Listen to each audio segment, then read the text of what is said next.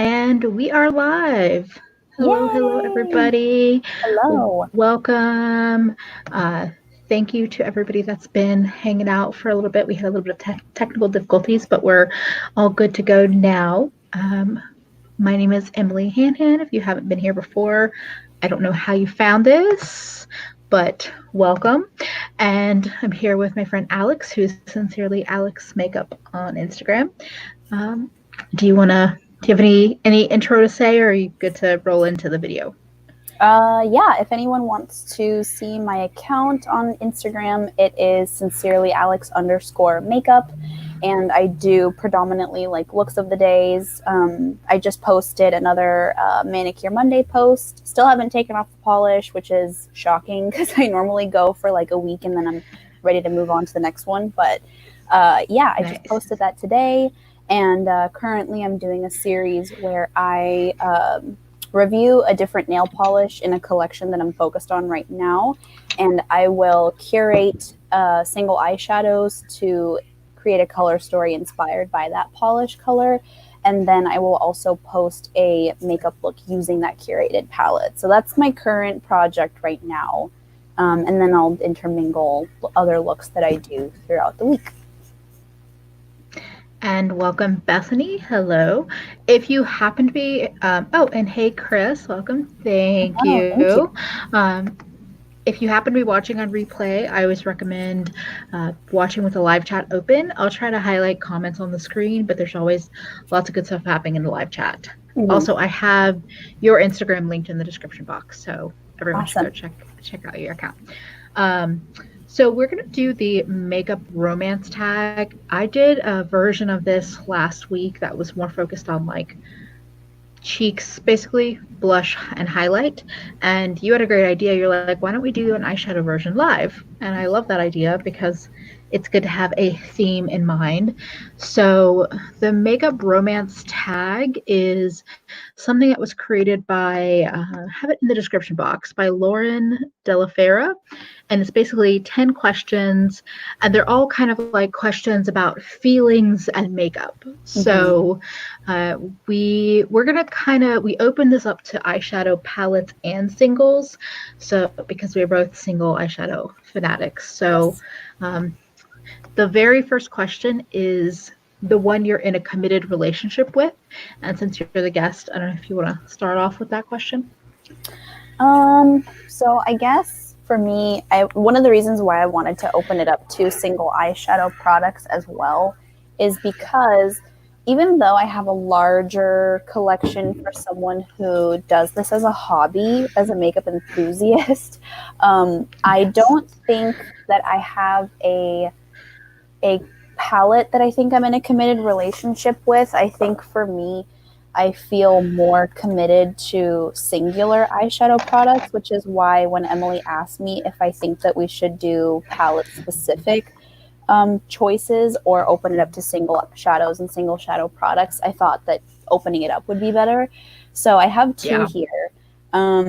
This one is a liquid shadow from e.l.f. It was from their Beautifully Bare line, and it's the Nude Linen liquid shadow. So it has a little doe foot applicator, and it's a beige color. And it seems like it would be the most basic thing in the planet. It almost looks a little bit like I'm using a concealer all over the lid. But this type of product I've had for like almost a year, it seems. And on days when I Yeah. was still commuting to work and I wanted to even out the color of my lids, but not go in with something that was so high coverage like a concealer, a product like this worked really well. Sometimes I would use this for some really light definition in the crease.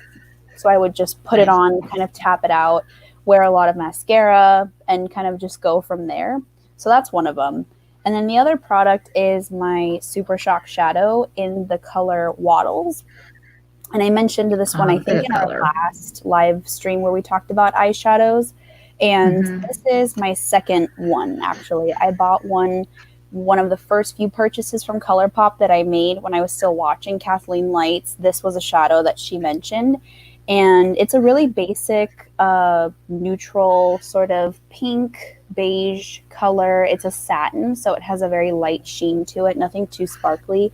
But this one has also served a similar purpose to this one, where if I want to do more of a pink monochromatic look, I can do this, kind of blend it up a little bit higher, and because it's not so shimmery, it looks pretty good, blend it all the way up, and then do something like a lip gloss or like a mauve lip, pink blush, and it would be a really good monochromatic go-to look if I didn't want to spend too much time on my makeup. Nice.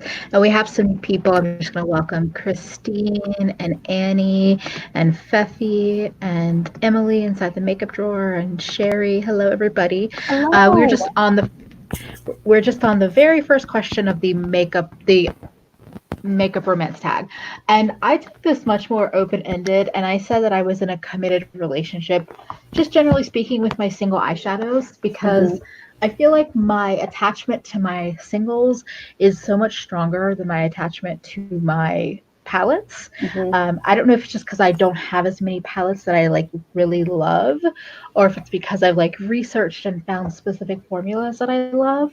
But I mean, since you picked out a couple, I'm going to pull from my favorite palette, my yellows and my greens. I would say probably Lemon Drop from Colored Rain is probably one of my like favorites. It's much more vibrant than what it's showing, but it's just a bright, saturated yellow. And then I'm pretty washed out. I'm still trying to figure out this lighting thing. And then probably Limelight from JD Glow. This, if I didn't have this color, I would say the green that was in the Kathleen Lights ColourPop collection was like the color that I had before this, that I almost hit, or that I hit pan on, but then I've lost it recently. But it's a highly metallic green that I feel like I will almost always reach for. Yeah. So those are two of my like favorites that I feel like even with this yellow one, this matte, I've gotten a pretty good little dip going on in there. So so I think that's it. I mean, I definitely think, generally speaking, my greens and yellows and my singles are probably the ones I have the strongest attachment to, that I will go back to on a daily basis. So. Yeah. Oh, thank you, Chris. She complimented the orange eyeshadow that I'm wearing. Oh yeah. Oh wait, we have. Oh yeah, it looks great. What were you saying? Oh, did you want to quickly go over what you're wearing? Oh yeah. Let me just say welcome to everyone. Oh hey, hello Yves Delarant. I love that name. That's great. I thought this was a great comment too. My fantasy self loves liquid shadows, but my reality self ain't got the patience to wait for it to dry. I feel similarly, especially having like hooded eyes. I feel like, I don't know, I feel like it's, unless I'm going in with a really sheer layer, most liquids in a tube like that don't really work for my eye shape too well. But yeah, since Taya compliment me, I'll go through. So my lighting is all off right now, but I have pink and green on my eyes. This is from actually the Paulina Blush Dry palette.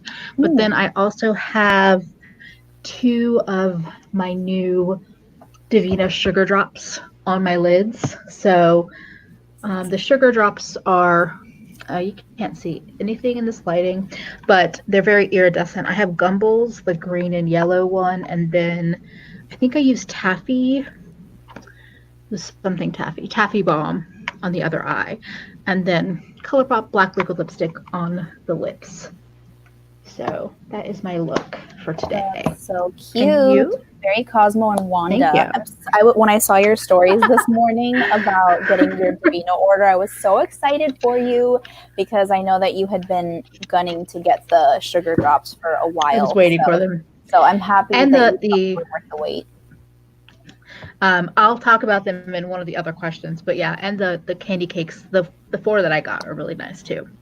Hello, Glitter Kitten. Oh, Chris, thank you. Oh, hey, Glitter Kitten, welcome. And welcome, Yazoo. I don't think I said hi to you. I don't know if I will have full-on swatches. I'll probably mention them in like a wrap-up or like a review roundup. I'll have to see. I'm having a hard time doing like catching swatches on camera, but maybe I can do an overhead of swatching them or something. I'll keep it in mind for sure. Yeah. Do For you want those to who are go through what you... Oh, yeah. Oh, yeah. Sorry to cut you off. So I realized that I hadn't really used my Glam Vice liquid or cake liners, the ones that Emily let me have a couple of from her bundle. So I used the one in, I think it's called Ice Pop. That is the bright outline. And then the orange is the matte orange from the Kaleidos Electro Turquoise palette. And then my inner corner is the shimmery turquoise shade from that palette as well. I think I'll post details of this look. Unfortunately, it's really like gloomy and overcast, and it started raining over here today. So I didn't get very good pictures of this look, so I don't know if I'll have good enough pictures to post them for tomorrow. But lower lash line, I have the shade Chilled, the bright mint one from the Shockwave neon liners from LA Girl. Oh, okay. Actually, that's what I have in my waterline today too. Oh my God. The mint. It's one of the shockwaves that I really like. And thank you, Alex. I love black lipstick for sure. Okay, I will try to figure out a way to incorporate the swatches so you can see them. And yeah, cream shadows too. I mean, the potted ColourPop shadows are probably the few that I would reach for on a regular basis, but even then, I don't reach for mine that often. Mm-hmm. But yeah, I love this look on you, Alex. And welcome, Rachel. Hi. Okay, so we went through the first question, which was the one you're in a committed relationship with. And I have all the questions in the description box in case anyone wants to do the tag or wants to follow along. Question 2 is the one you're still in that honeymoon phase with. Let's see. I actually have 2. I basically just pulled my 2 newest palettes. I thought I would mention Pastel Pup from Menagerie Cosmetics. Speaking of pastel palettes, which I have jazzed up with some Cliona shadows, but except for those 2, that's the Pastel Pup palette. And then my Smoky Glow Midas Cosmetics palette. Mm-hmm. This is just a gorgeous pinky, reddy, purple neutral palette.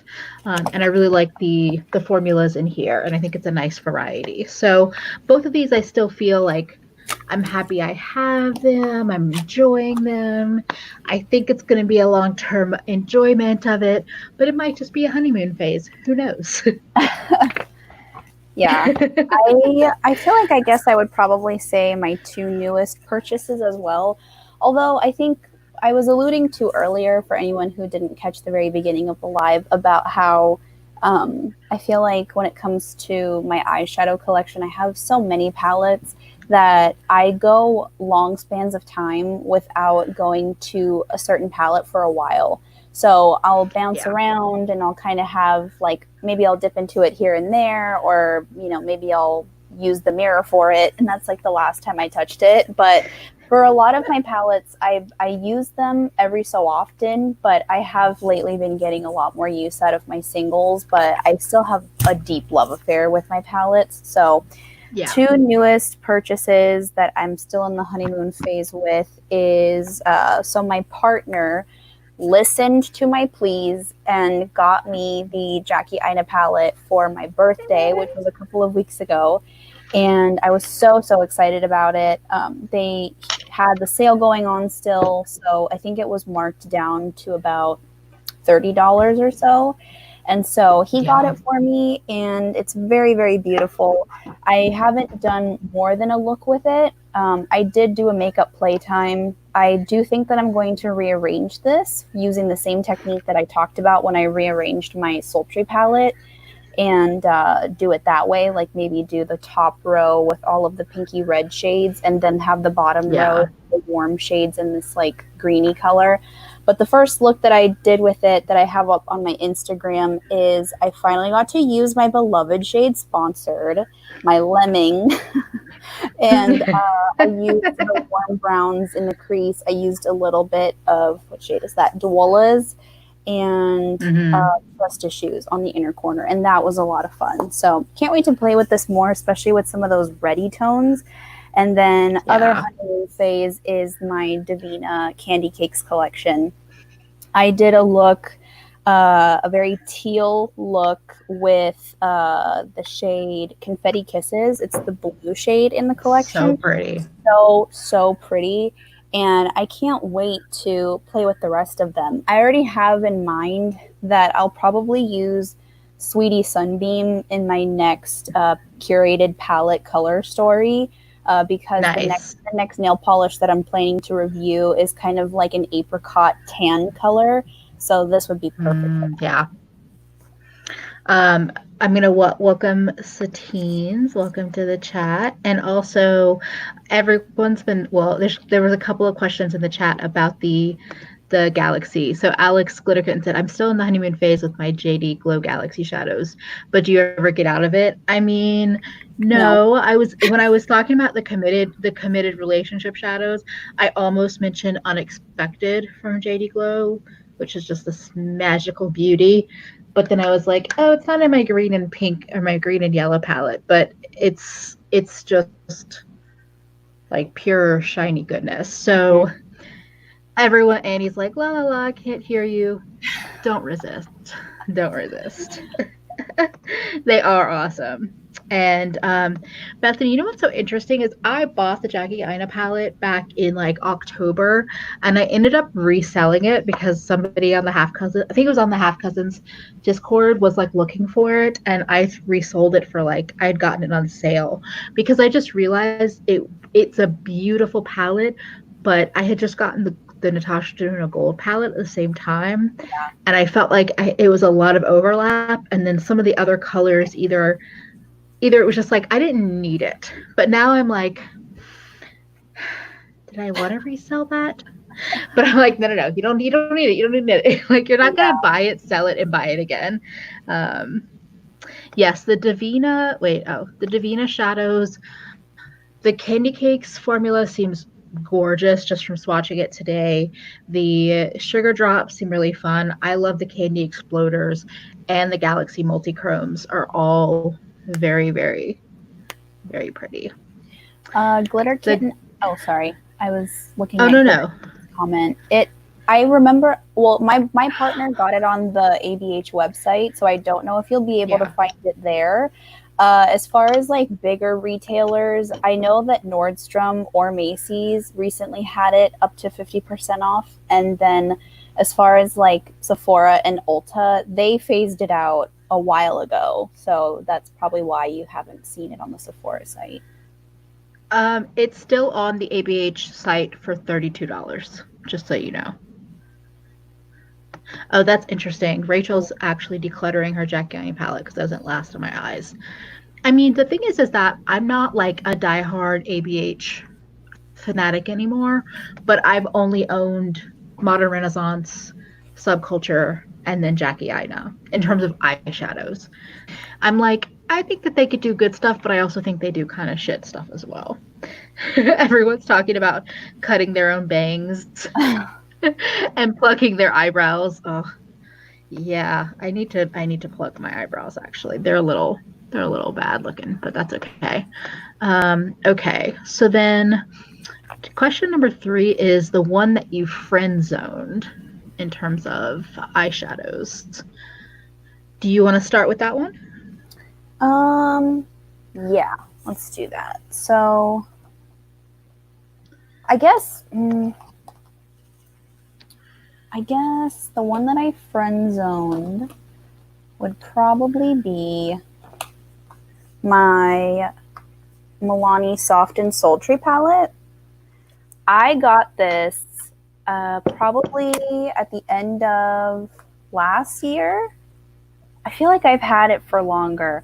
I know I got it around the same time that I got the Sultry palette, so I've probably had it for even longer because I think I got it when it was on sale at the end of 2018, I want to say. So I feel like I've had this for a lot longer. Yeah.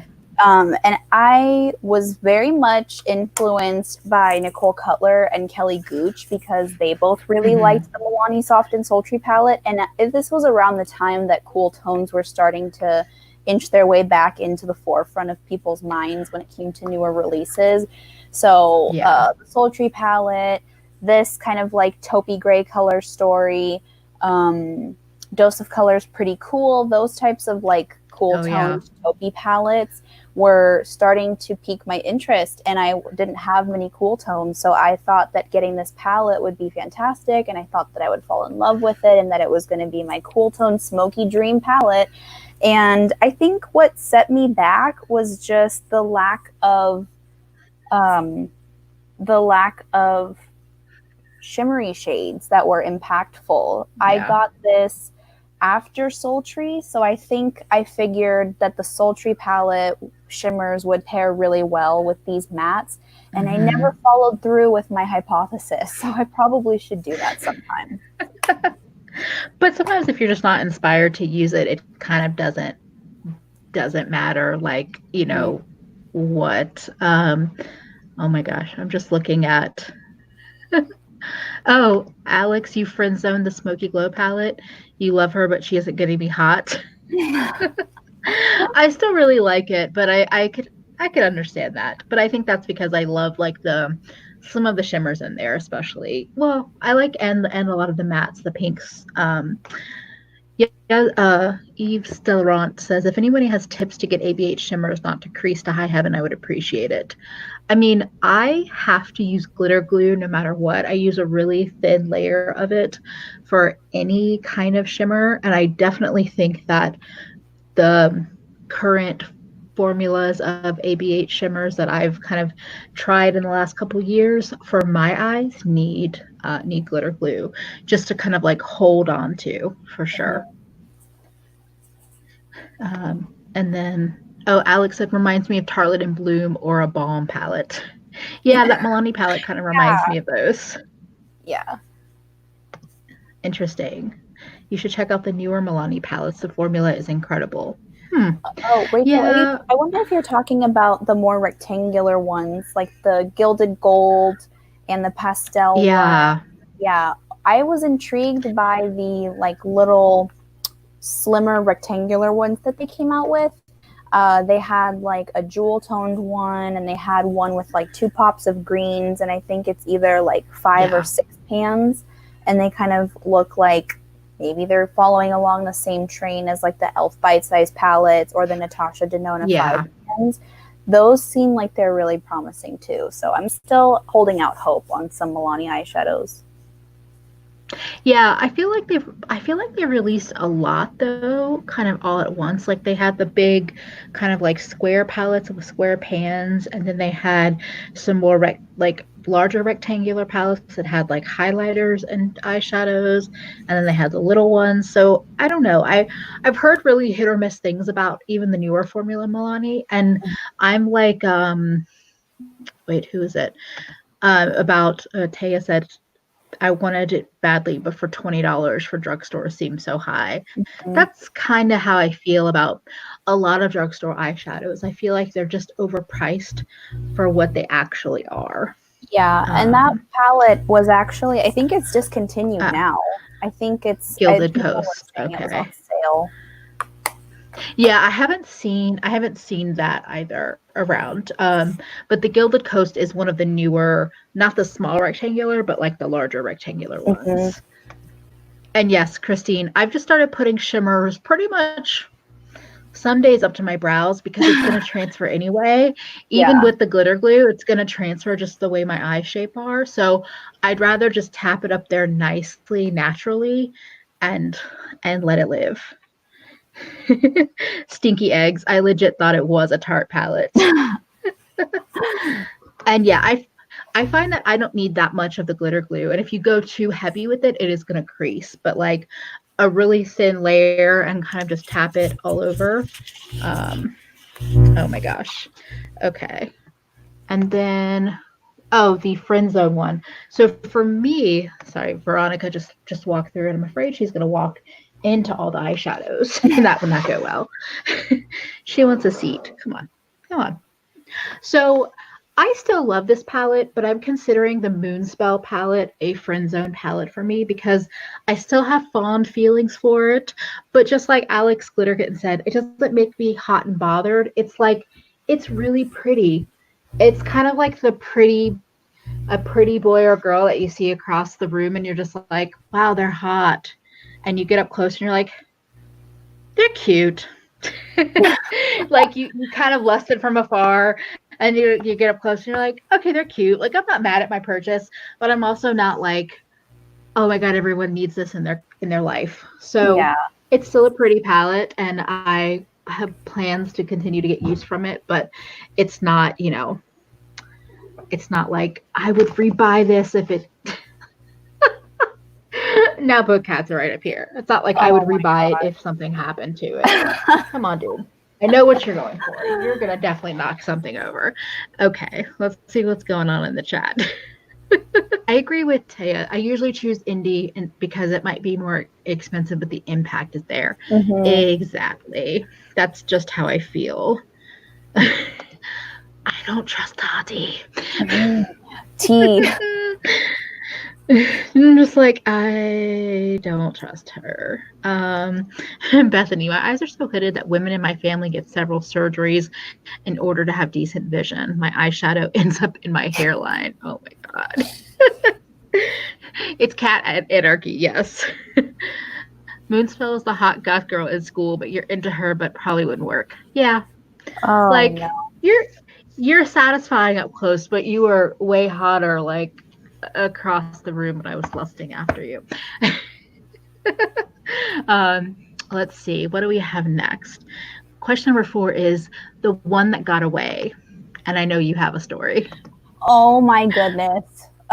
So for anyone who is also in the Half Cousins Discord, I had a mini rage moment on Friday because Melt came back, like their website was back up and running, and they were going to be running a sale where they had all of their palettes marked down. So I was like I had the worst night's sleep from Thursday into Friday because I kept thinking, I actually had nightmares, y'all. I had literal nightmares about missing out on the Muerte palette because I have the Vita palette and I got it for a Secret Santa gift exchange with my family. And part of me wishes that they would have gotten me the Muerte palette instead because, to be honest, that was the one that caught my attention more. And so come Friday, I woke up like a little bit before 9 o'clock and I was sweating bullets. My stomach was in knots. And I was just trying to mentally prepare myself for battle because they said in their Instagram comment section that they only had very limited quantities of Muerte left in stock. So I go to the website, I try to refresh the page. I don't get onto the page until I open up a new tab. I search for the Muerte palette, put it in my cart. I search for the green gel eyeliner and I try to find it. I had a typo, so I had to look for it again. Put that in my cart. So I go to PayPal checkout and the palette is fucking gone. And I was irate. This was like the worst way for me to have woken up on Friday, already having had the most restless sleep I'd had in a long time because I thought about what was going to happen if I didn't get this palette. And obviously, in the grand scheme of things, it's just makeup. Like, I needed to really calm down. But I was so angry. And there were people flooding their comments immediately after their site opened again, complaining that they didn't have the Muerte palette anymore and that it's sold out in less than 3 minutes. And people were in the same boat as I was. And they were in the midst of checking out and it got snatched from their cart and they weren't able to go ahead and buy it. Like, websites, Emily and I were talking about this afterward, and I sent her several video messages complaining to her and documenting my rage on Friday about not being able to get the palette, that we both agreed, like, more indie brands need to have some sort of technology on their websites that helps you to reserve the product if you're able to click add to cart so that it doesn't just snatch your shit away when you're trying to pay for it. So I just couldn't believe it. I was like, you know what? And I did something so stupid and I tried to look for it on like a third party selling website. So long story short, I'm going to try to get a refund through PayPal, but like I was like distraught.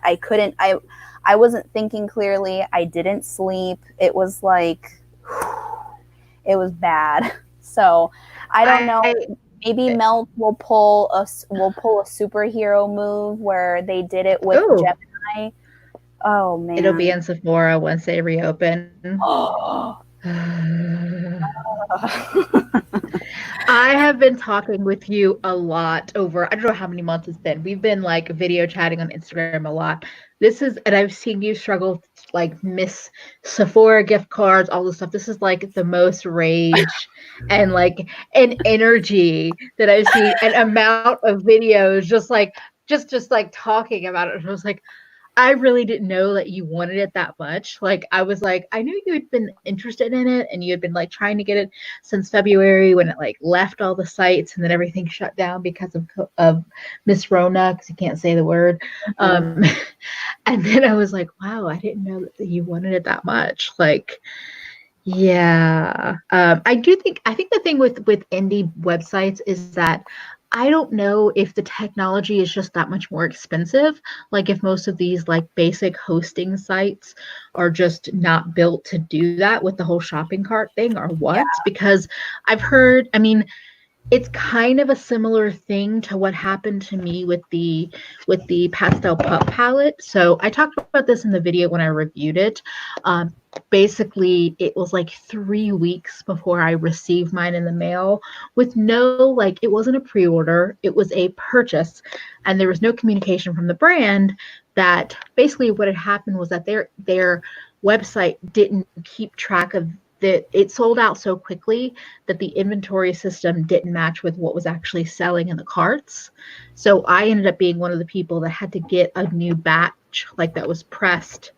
Basically, I had to make more product, but I was bitching about it because they weren't communicating, and that's still a criticism that I will hold to. But it's like, I don't know if the technology is just not there or if it's that much more expensive to do. But yeah, it's frustrating. I like that. I felt the story on a visceral level. Yeah. Going back that's true.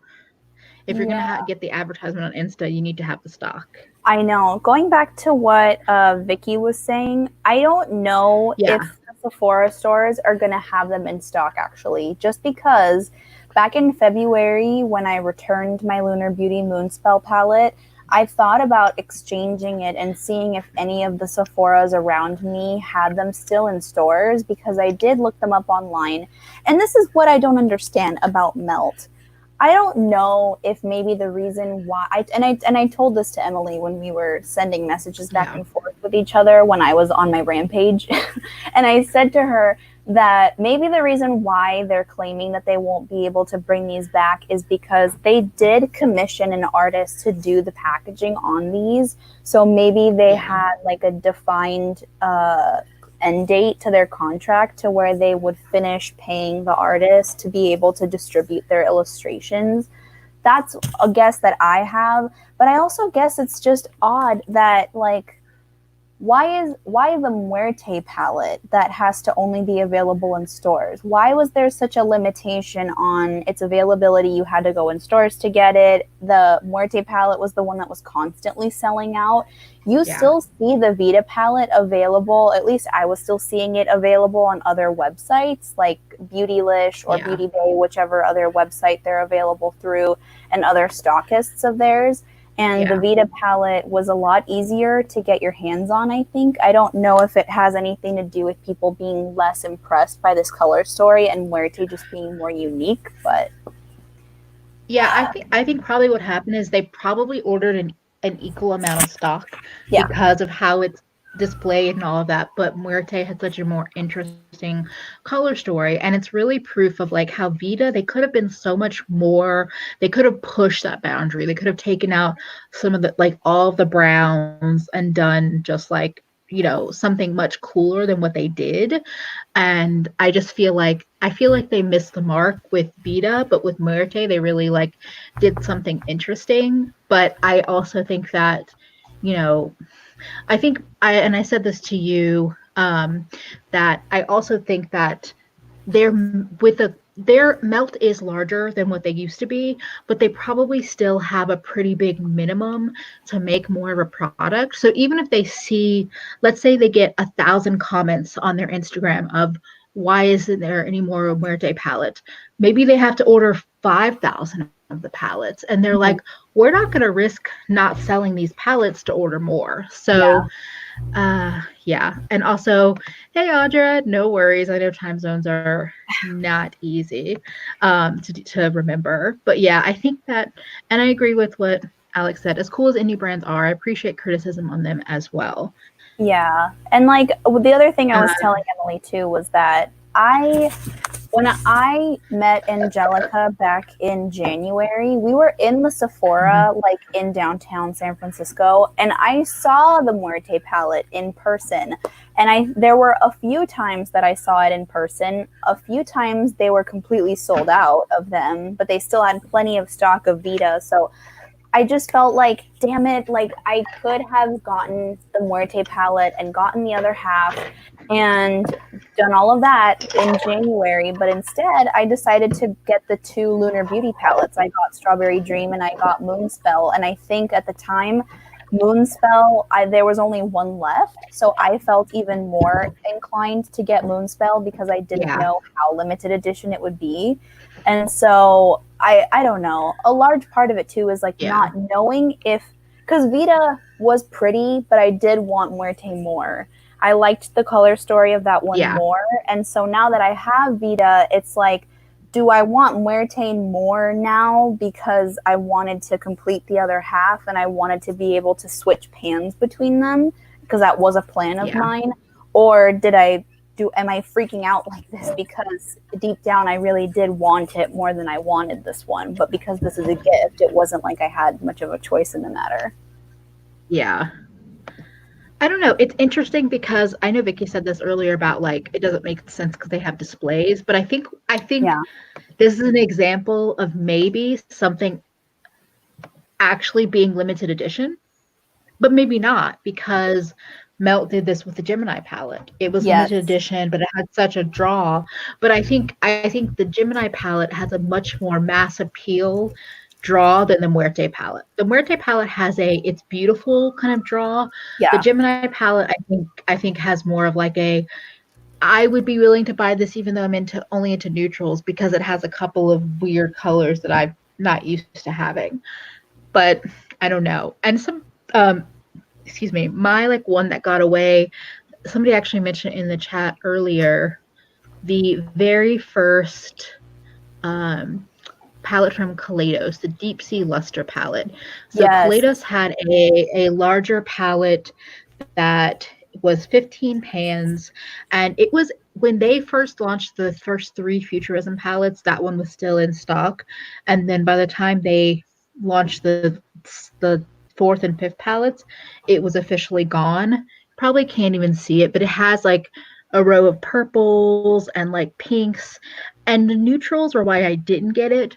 But I've seen so many people literally swatch the like purples, the shimmers, the stuff that I love from Kaleidos, and I'm just like, oh, damn it. Yeah. Like I think Karen Harris um swatched one of the purples recent. Oh, maybe it was on a live stream she did with Britt Clark, and I was like, oh, that purple. So yeah. Oh, and Audra is complimenting your eye look. Thank you. Oh, yeah, I see you replied now. Um, yeah, exactly. It's a gorgeous palette. I'm just like, oh, you haven't touched it. I love the Kaleido shimmer, so I feel like I would have enjoyed that, but it's okay. I'll live. I'll live without it. Okay, so the next question up is, let's see, question 5. The one you're currently crushing on. What did I write down for that one for me? Well, the shadows that I just got, I'm crushing on pretty hard. My Davina, the candy cakes and the sugar drops. Mm-hmm. Uh, probably not even. I won't even be able to show this on camera really. No, but if you go to my Instagram stories, you can see how beautiful these are and how shifty they are. I just got them today, so I'm especially like, yeah. I'm very happy to have this. Yeah. I've been wanting the sugar drops since they launched in January, and I'm glad to finally get them. Yeah, totally. I think for me, palette that I'm crushing on, or I mean, for me, it's really my sugar drops and my Terra Moon's iridescent chameleons. Oh Yeah. man, I am in love. They are so beautiful. And I was watching Karen Harris's swatch video earlier today of the pastel chameleons that she got. And Yeah. I direct messaged Amy because I asked her if she ordered them as well. And she says that she was supposed to get them Saturday, but she was going to get them delivered today. And I don't know if she read my message, but I really hope that when she does her swatch video of them, that she compares them to the Galaxy Exploders. Or no, not the Galaxy Exploders, the Willy Wonka Exploders, not the Galaxy Dust. Yeah. Because they also give me similar like pastel shifty vibes. And I'm curious if they're worth getting from Terra Moons. Because I wish, I mean, I don't know. Part of me still wishes that I would have waited to get the Cosmic Chameleons because I didn't think that all of them were that impressive. But I got the bundle anyway. I'm happy that I have them. Like they're beautiful, but they weren't what I thought they would be. And so the pastel chameleons and the fact that she's releasing new ones on the 18th, it's like so tempting. But if I can get the Divina ones and use a code and get them in a bundle, like maybe I would prefer to get the Divina ones because I know the customer service is great. Not that Terra Moons isn't, but just the shipping is really quick. It wouldn't be a pre-order, so I would be able to get them faster. Yeah. No, I'm debating on if I want to put in a pre-order for the iridescent chameleons. I felt like I just want to go through some of the comments. I'm happy you're crushing on them, Emily. I think there's always a hard crush with single shadows. Yes. But I was gonna say, in terms of Terra Moon, I didn't like stare at Karen's video because I did watch it, but it was kind of in the background. I almost wonder if they're kind of similar to the candy cakes, like in terms of like the level of saturation, or if they're going to be more like the pastel. I do hope that Amy compares because I watched her video of the Bitter Lace Beauty, those big $20 like shifty shadows, and once she started comparing them to the Divina Candy Exploders, I was like, okay, I'm good. I don't need them. Like I have a couple of them anyway. Feffy, I really want to figure out a way to get you all these indie brands, like get them to Chile for you, because I know they don't ship there, or you can't get them there. Hey Jennifer, welcome. Yeah, I really, even though like I just got the sugar drops, I feel like I might want to get the iridescent chameleons. I might not get the full bundle because that's what I did here. Is I watched I watched a couple of videos and I think I narrowed it down to 6. Yeah, 6 of the sugar drops. So I feel like unless there's an actual discount with the bundle, I'm pretty good about not buying the bundle unless I really want all of them. So yeah, in the case of the Terra Moons ones, there isn't a bundle deal. They're the same price if you were to buy them. I don't think that the iridescent chameleons come in a bundle. I think you have to add them to your cart individually. No. Feffy says, I'm a secretary. Once I find a job, I'm going to be hitting pan on all my basic bench palettes. Yet I want all these fun colors. Yes. Here's the thing is, I think these like iridescent colors can be really nice inner corner colors on like very basic looks. Yes. But I'm like a little bit more adventurous anyway. So yeah, I agree. I didn't think the pastel chameleons looked all that shifty in the video. But I also know it's sometimes hard to catch that shift on camera. But in person, it'll be like, ooh, that's really pretty. Yeah. Oh, yeah. We got some people ordering from Colored Rain recently. Yes. I still want to. That's another great brand. Feffy, every time someone does a look with those Terra Moon shadows, I'm like Looney Tunes. Hard eyes popping out of my head. Yeah, the look I posted yesterday, I'm so happy that I went ahead and finally went ahead and used Red Giant as a highlighter. It looks so good. Oh my gosh, it was life-changing. I wanted to cover my whole face in it, and I kind of did. I used it as a highlighter, and then I kind of draped it over the like tan-ish blush that I was wearing. Mm-hmm. And then I used it as an inner corner highlight and dragged it a little bit along the lower lash line. And then I also used it as a brow bone highlight, hardly any of which you could even see in most of my pictures, but I knew it was there and it made me feel magical. Yeah. It looked great. I have a feeling I'm going to be doing that. Even though these are kind of on the glittery side, I have a feeling I'm going to be doing that. I did that actually with I have a couple of new JD Glow shadows, and this one, Opal. It's one of their Galaxy shadows. It's pink with like purple or bluey shifts. It's a really pretty highlighter and a pretty eyeshadow. And a couple of the live streams I did last week or 2 weeks ago, I just had this like all over like my cheekbone, my eye, my like nose. So yeah, it's a really pretty, it's what I wanted Berlin Girl Glow from Becca to be, but it's actually shiny and highlighty, unlike Becca. And yes, I agree. Red Giant as a highlighter is iconic. Hey, Keisha, and hey, Aileen. Oh yeah, Sherry got the Queen of Hearts and Beauty Rust palettes and a lipstick. That's a great. I don't have the Beauty Rust, but I know Audra loves that. But Queen of Hearts, if you're looking for the neutral palette to end all neutral palettes, in my opinion, that's the one. Did you have did you talk about your crush, or did you want to talk about something else you're specifically crushing on? The Sugar Drops and the Terra Moons were the ones I was crushing on. Okay. Yeah. Cool.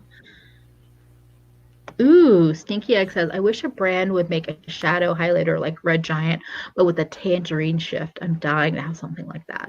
That sounds beautiful. I'll keep that in mind, see if I see anything like that anywhere. Yeah. Okay. I ended up getting all of the Terra Moon's Chameleon shadows. That was probably not the best decision that I could have made, but I'm like not mad about it either. And I got all of them because there were two. Well, one, I'm a monster. Two, there was a shade that I thought I didn't have. It's really interesting because I have these two shades right here. What are these two shades? Yeah.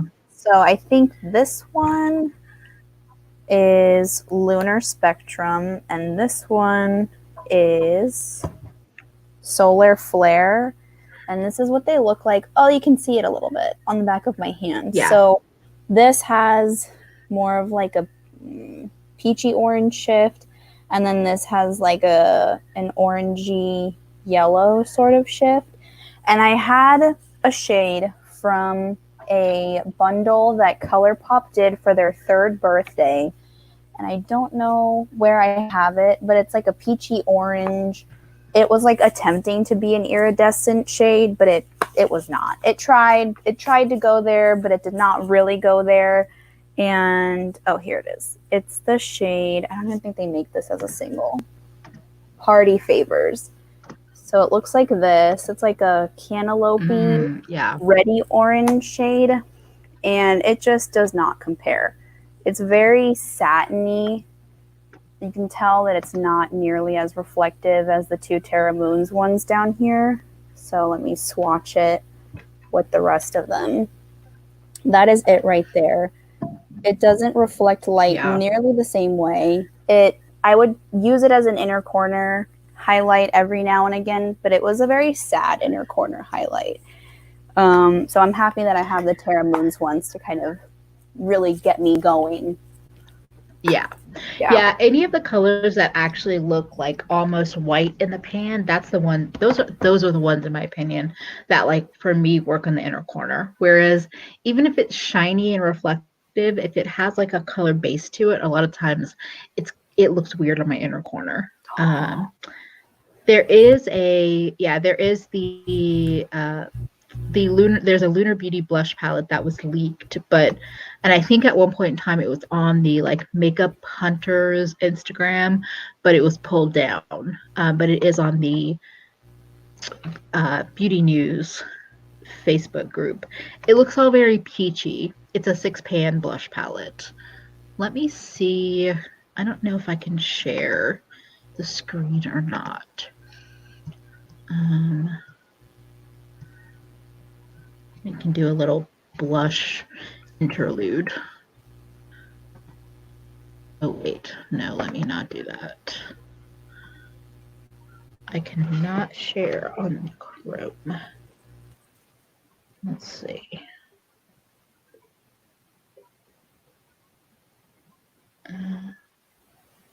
Gonna look up.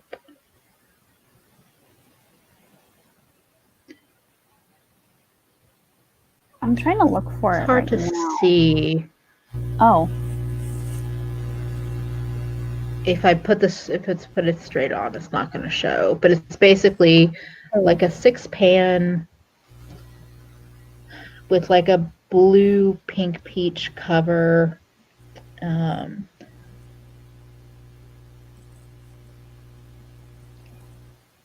But I don't know. I think if you're a member, you could see this, but I guess if you're not a member, you might not be able to, but I'm going to throw it in the chat just in case. Anyway. Yes, Feffy, there was an attempt. The only reason why I turned off the lights in the background is I feel like all you could see are like my big fluorescent lights. Like I'll show you. I don't know. I felt like it was obnoxious, but I'll keep it on. That's fine. I'm still figuring out like this new webcam and my lighting and all of that. Okay. Yes. Whenever the doorbell rings for anybody, I'm like, I don't exist. I'm not home. Okay. So the next question on this tag is the one that broke your heart. And do you want to go first, or how are you feeling? Yeah, I can go first. So I picked the e.l.f. J.Kissa palette. This was something that I was so excited about. I like watching J.Kissa's videos. I've liked watching her videos for a really long time. I found her channel, I think back in 2017 when she was reviewing the original monochromatic collections that ColourPop came out with when they had their little 4-pan monochromatic palettes and then corresponding blushes, lip products, and that whole thing.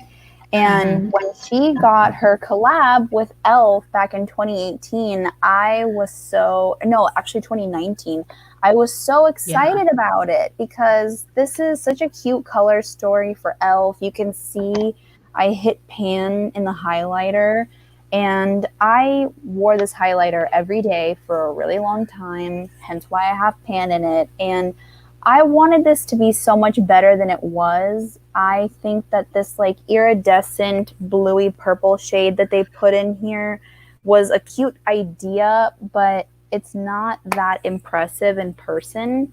It's quite soft and sort of powdery, and it's very gently pigmented, as Angelica would say.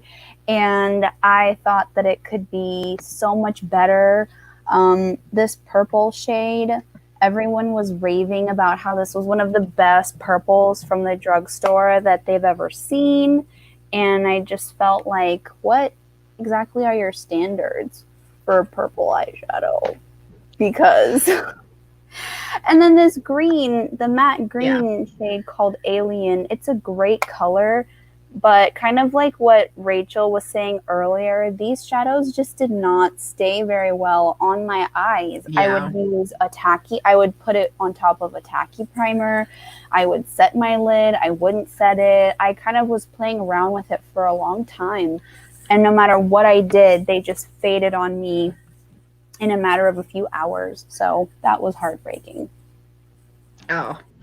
So I have a single shadow and a palette. And the palette I'm giving to Just My Luck from ColourPop because I really, no matter what I saw in the marketing pictures, I really thought like, oh no, this is going to be like a green palette when I get it. But when I actually got it, I was like, these greens, like pretty much, well, the two lightest mattes are green, but the darker shades to me are so like, they're so blue tone green.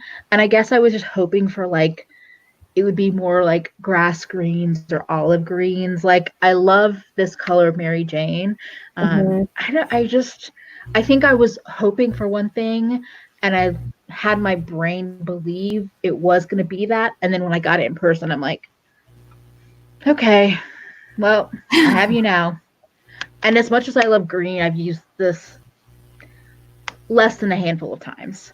And then I had to mention the Cleona Jeweled Multichrome Stained Glass Shadow because this motherfucker creases to hell on my eyes. I Oh have no. tried every single base that I could get my hands on that I would be willing to buy. And it's a beautiful shadow. You're not even seeing it shifts from like blue to teal to blue to purple. Hmm. But I've tried different amounts of glitter glue, different waiting times, regular eye primers, um, like pencil base. The only thing where it doesn't crease is if I go in with a creamy black like eye pencil and Hmm. basically completely draw on wherever I want to put the shadow and then put the shadow on top. But the problem with that is that this is already a dark, like it already has a dark like a black base to it, and whenever you put it on top of a black eye pencil it makes the color even darker than what it is in the pan. So Hmm. like it's beautiful in the pan, but by the time I get it on my eyes in a way that doesn't crease, it just doesn't look as near as pretty. And that was an expensive single eyeshadow to have that happen. So Yeah. I'm kind of I bought another I bought one of the multi-chromes from JD Glow when I was feeling a little spendy recently. I haven't done testing on that, but I'm kind of just like holding my horses on any other truly like multi-chromes in this format, because if they're all creasing on my eyes, I'm not going to spend the money on them. But that one was a real heartbreaker because I tried all kinds of ways to get Yeah. that to work. Oh my gosh, so many comments. The greens, they don't even seem saturated in her hands. Exactly. Um, oh yes, the power palette from Colored Rain looks fantastic. Yes, the ColourPop greens. I want more olive. I don't know why Yes. they haven't released an olive 9 pan. Just I'm like so. I'm waiting. Audra. I've been sitting here thinking these shadows were ugly. I've had my sunglasses on the whole time. Yeah, the ColourPop greens need to be a lot greener. Yes, they're green. They're green adjacent. That's been my experience in dating hell. Oh my gosh. Like going back Hey, to, oh, sorry, go ahead. oh no, I was gonna say I bought 5 of the shadows to try. Yes, that was an expensive purchase, but I couldn't splash out too much. Yeah. Anyway, what were you gonna say? I was gonna say to all of the green comments that we were just going through. So Stinky Eggs' comment about them being green adjacent. Yes, exactly. Because any palette that they've come out with that has greens or pops of greens leans so blue that it is insulting. The greens Yeah. that I want are like the greens in my Good Sport palette, like this like olivey shimmer, this like sagey shimmer, whatever, this like greenish gray kind of like army color. I would love for a palette with these sorts of tones, as well as the yellow tone greens that you were just talking about in the Just My Look palette. So like I reorganized mine so the bottom row has all of my favorite greens. Like I don't really need all of this. And these are the tones of greens that are also in palettes like the Through My Eyes palette, the I Love Sarai collab that has the two like emerald greens. I haven't seen the palette in person to know if it's like really an emerald green, but all I know is that they are a very blue tone green, and that's not really Those making up. always look turquoise to me. I never Yeah. thought they looked emerald. I don't own it, but like, so this is the Tribe palette depotted. You actually can see. Oh, I see you, This is the Emily. example of like yellowy and yellow greens versus bluey greens. Like Love these it. two are like I don't like as much because they are more blue tone greens, and these are just like green and yellow greens. So it's like that's what I want. I want them to take like the honey palette and like olive. Like I want them to do that in between that, like yellow to olive or just olive. Like they don't even have to do the yellow. But Yeah. I don't understand why so much of it is blue tone. And blue is such a hard color to work with on the eyes. Aileen, if you want reds, the Color Rain Vivid Pigment palette has an amazing matte red called Sauce. The Kaleidos VR Neon has a matte red, and Kaleidos Cyber Bronze has a really awesome metallic red. Just saying. Let's see. Yes, we want Swamp Bog Witchy. Yes. So yeah, I feel like with ColourPop, I think that's why I'm just like so over them, because I'm like, you could be doing such cool things and you're doing like the solstice palettes. The shade. I did not like those palettes. Yes. Yes. Give me green. Okay. Let's see. Wait, where are we? Okay, so number 7 is the one you grew apart from. Let's see. What do I have down for that? Okay.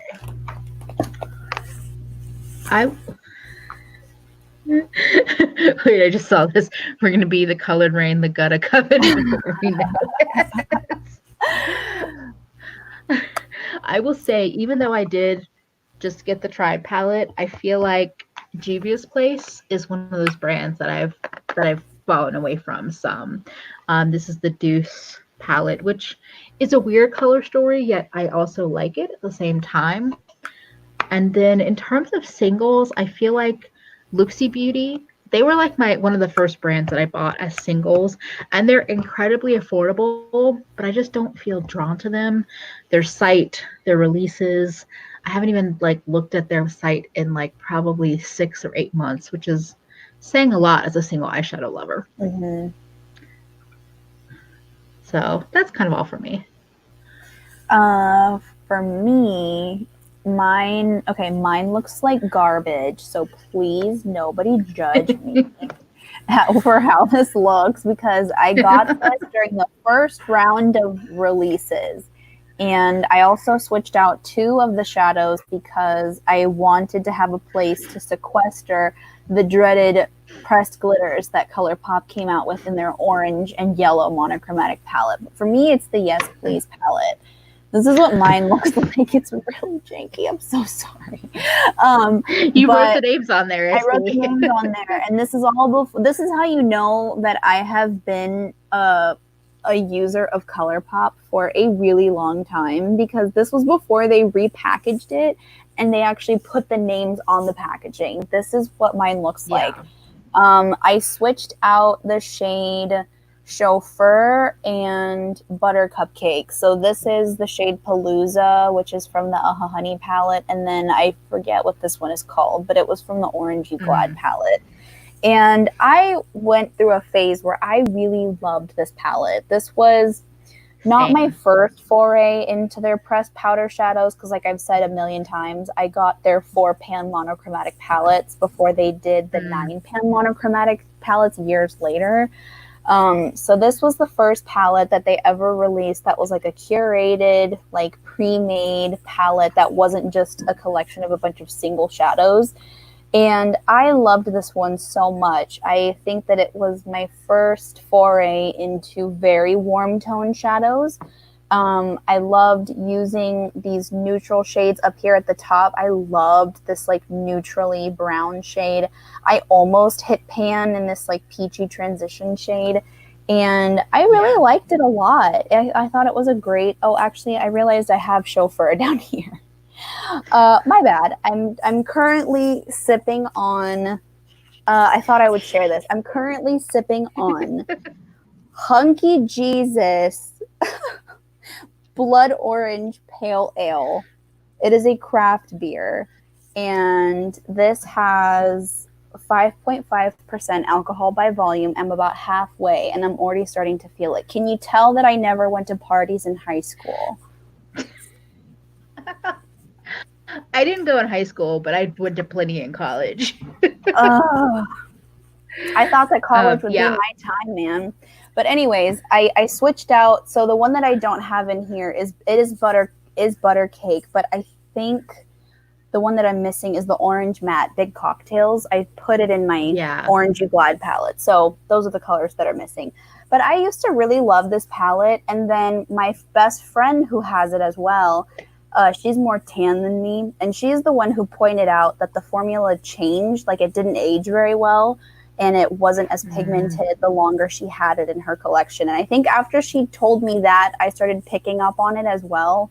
And the shimmers were never my favorite shimmer formula to begin with, so I just I grew apart from this one. It was my baby for a long time, but yeah, I don't feel the same way about it anymore.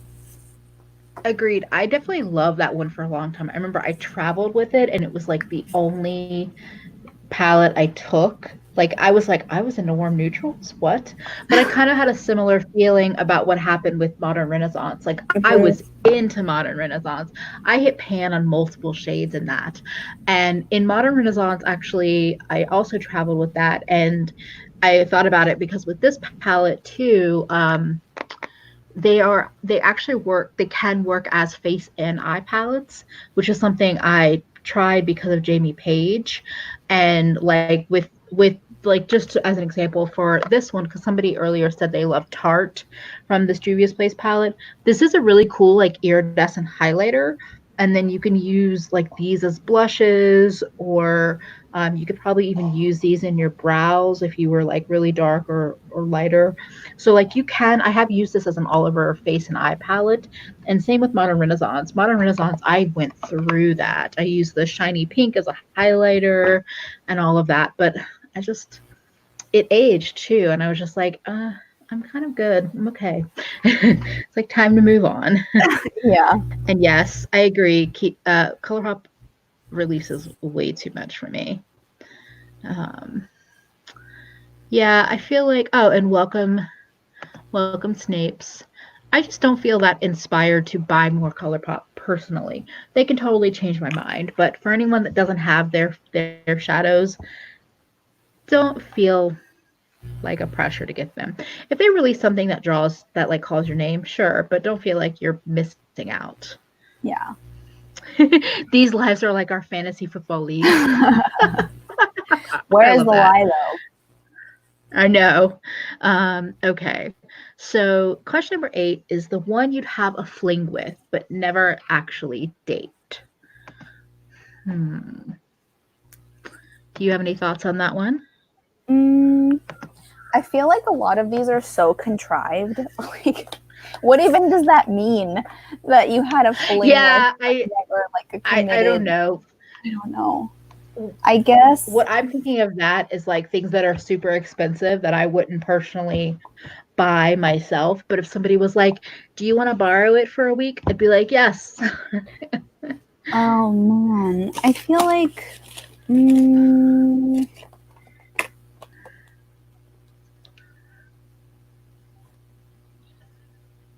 Yeah, I guess I'll go with my.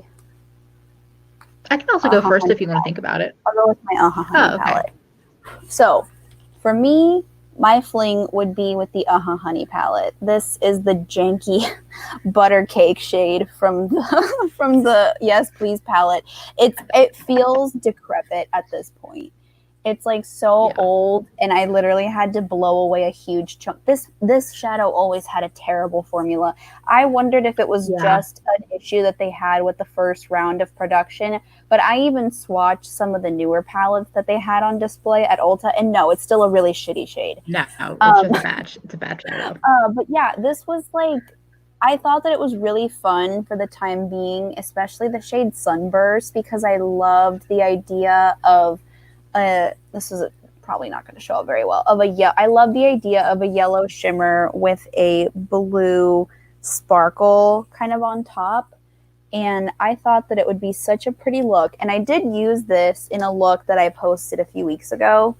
But it was kind of just like a one-trick pony. You know, like the matte shades perform well, but this darkest shade I'm really not crazy about.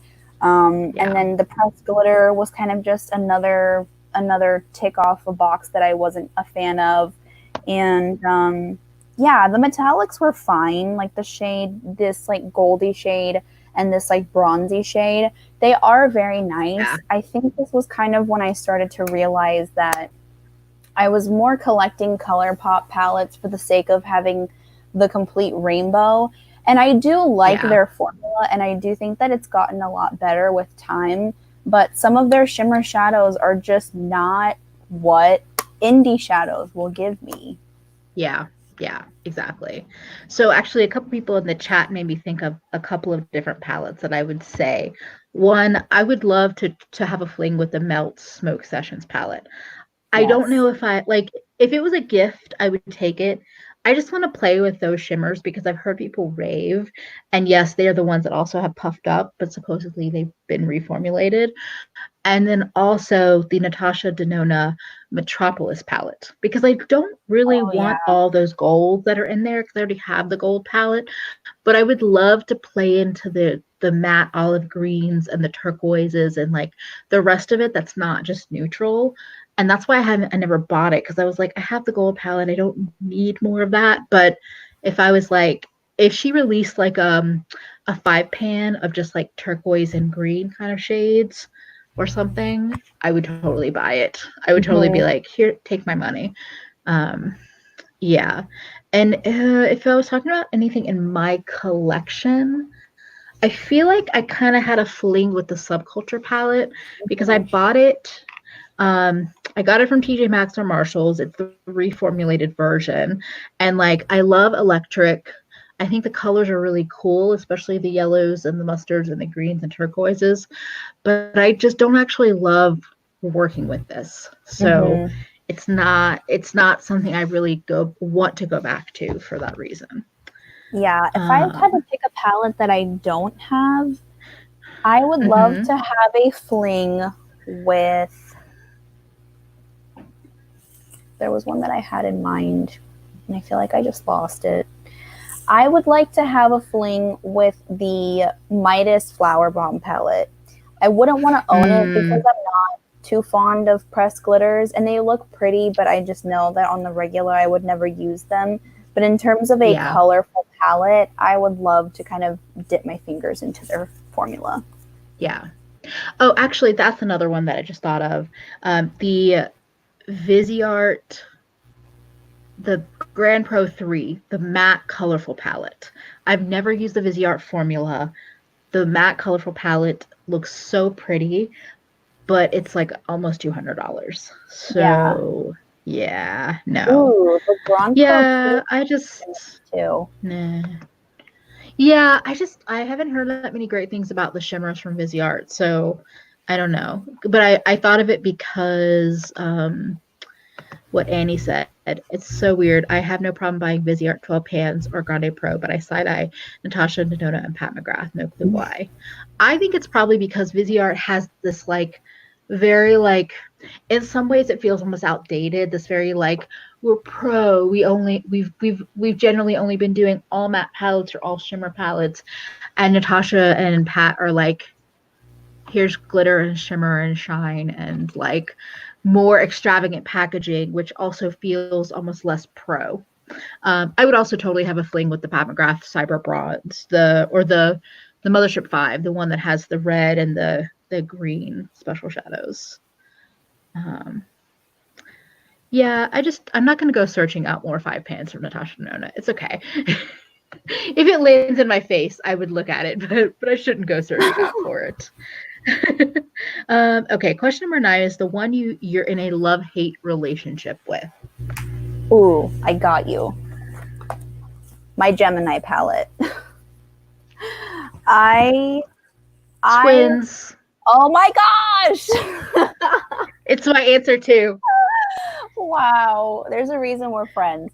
I loved the color story of this. I love the neutrally mustard tones, love the swampy green colors on the other end so much. But for me, I just have a really hard time working with them.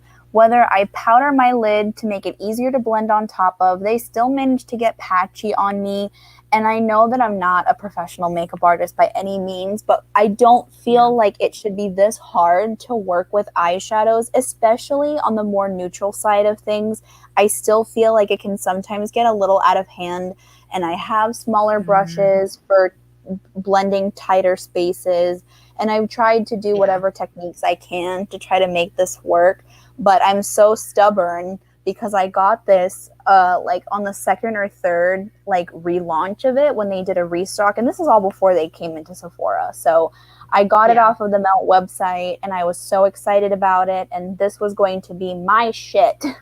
And then it ended up just not really being what I wanted it to be. So yeah, that's mine. I honestly, I haven't used this as much as I thought I might. One, this Gemini shade is actual trash, like complete trash. I still think if they had released like a quad or a 5 pan that was these 3 shades and Lorelei, I probably would have bought that very quickly. I was very fortunate. I got this as a declutter gift. So, I'm not feeling like bitter about money spent, but I'm glad I didn't spend the money on it, honestly, because like I said, these like 4 colors, I'm like, okay, these are really cool, but the rest of it, I'm like, why do we need? I don't know. I just don't feel drawn to it because it is so neutral heavy. And I guess what I really keep saying, and I know I've said this probably every time I talk about Melt, is I just want them to do an all green palette. Give me an all green palette from like an iridescent green base to like something deep. Like it can be all swampy greens, but I hate how they keep putting different greens in different palettes. Where like I want them all, but I don't want them all because they're all too expensive to buy. I don't have as much of issues with the patchiness, but I also think this formula is probably one of those varieties that you need to like just pack on and lightly blend the edges and not like try to blend out in those like kind of big circular motions. But yeah, I don't know. I think a lot of people love it and rightfully so, but I also think that there are issues with the Melt formula and not everybody wants to talk about that because they're so aesthetically like cool and all of that. Yeah. And I also pulled this one as a love hate, but I already kind of talked about that. Yeah, I think that's why I ended up. Oh, sorry, go ahead. Oh, no, I was going to say I skipped the Melt sale and I'm kind of glad I did. I was drawn in by the blushes and everything, but yeah, like I would still buy it if they did an all green palette. Even though I've experienced this and I have these greens, I would probably still buy it because I'm a sucker for green. But this whole like we're gonna put 2 in this palette, 3 in that palette thing, no thanks. Yeah, I would love to see them do something that is like a green dream, something like. And what boggles my mind with their shimmer formula too is that it seems so wildly inconsistent. You have so you have the 2 shimmers in the Gemini palette, and they're both kind of whatever. Like you said, the shade Gemini, the gold shade, absolute trash. It's totally flaky. Yeah. It's not really worth my time or effort. And then the green shade is pretty as well, but it's so dark and murky that I don't. It doesn't give me the same impact. Whereas I love the green shimmer and the yellow shimmer in the sci-fi green palette from Kaleidos, which is why I picked the Kaleidos palette to be in my top 10 instead of the Gemini palette, even though the color stories are similar. But then you also have palettes like Smoke Sessions where you have the complete opposite ratio. You have 2 mattes and the entire thing is shimmers. And I was able to use it for a weekend when I had a coworker who bought the entire Smoke Sessions bundle when they first launched it around the holidays. She let me borrow it, and I was swatching those metallics, and they looked beautiful. And so they have a palette that's majority metallics and shimmers, but yet they don't seem to have like a consistent formula for their other palettes, and their other palettes are still mostly matte heavy. So in a way, it feels like Smoke Sessions was kind of an anomaly, and I don't know. Yeah. And I didn't like Smoke Sessions because, again, it was very blue heavy, and I felt like if you were pairing it with this kind of palette, it would be very blue green. But I do think if Melt did a monochromatic series, especially if they were smaller, if they were doing like half-size palettes, I feel like they could kill it. But like the way that the Rust palette had so many similar shades, and then the 420 palette had so many similar shades to the Rust palette. And you're right, like I don't mind the green shimmer, but like I'm comparing it. So this is the limelight shade from JD Glow that I mentioned previously, and that's the Melt color. And the limelight shade just like catches the light and reflects it so much more, even though it looks kind of gold.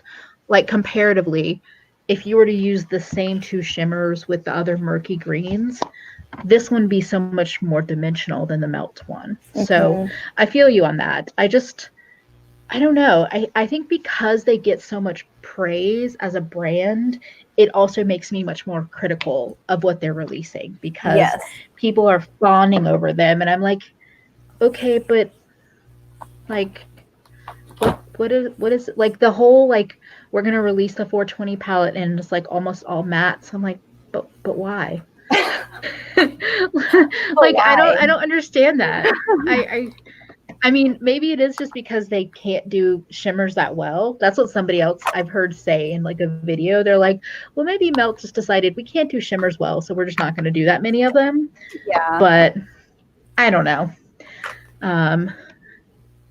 It's just it's just not a very impressive brand as a whole. Now, question number 10 is the one we gave a second chance. I think that's the...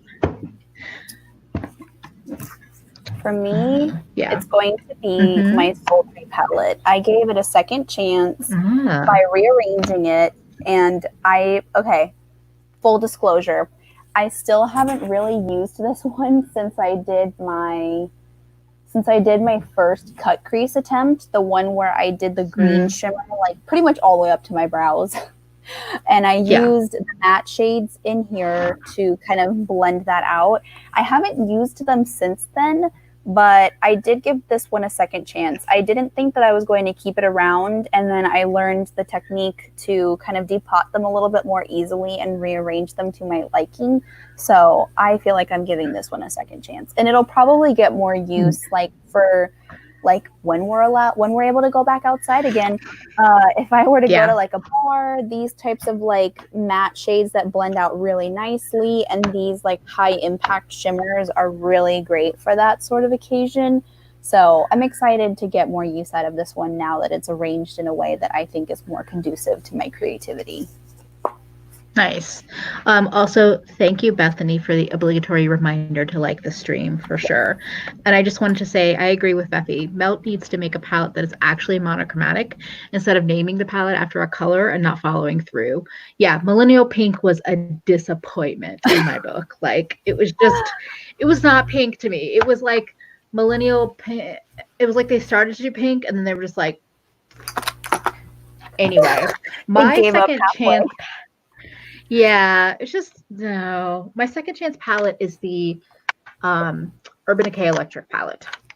I went back to this like the start of this year, trying to just kind of like get some more use out of it, because this was one of those, this was almost a palette that got away, and then I ended up finding it in a Nordstrom rack right towards the end of that. of it basically selling through. Like when they discontinued it and then they went all to like Nordstrom Rack and Marshalls and whatever. I found this right towards the end of when they were probably almost sold out. Mm-hmm. And I don't know. I still don't know how I feel about this palette. I do actually think that the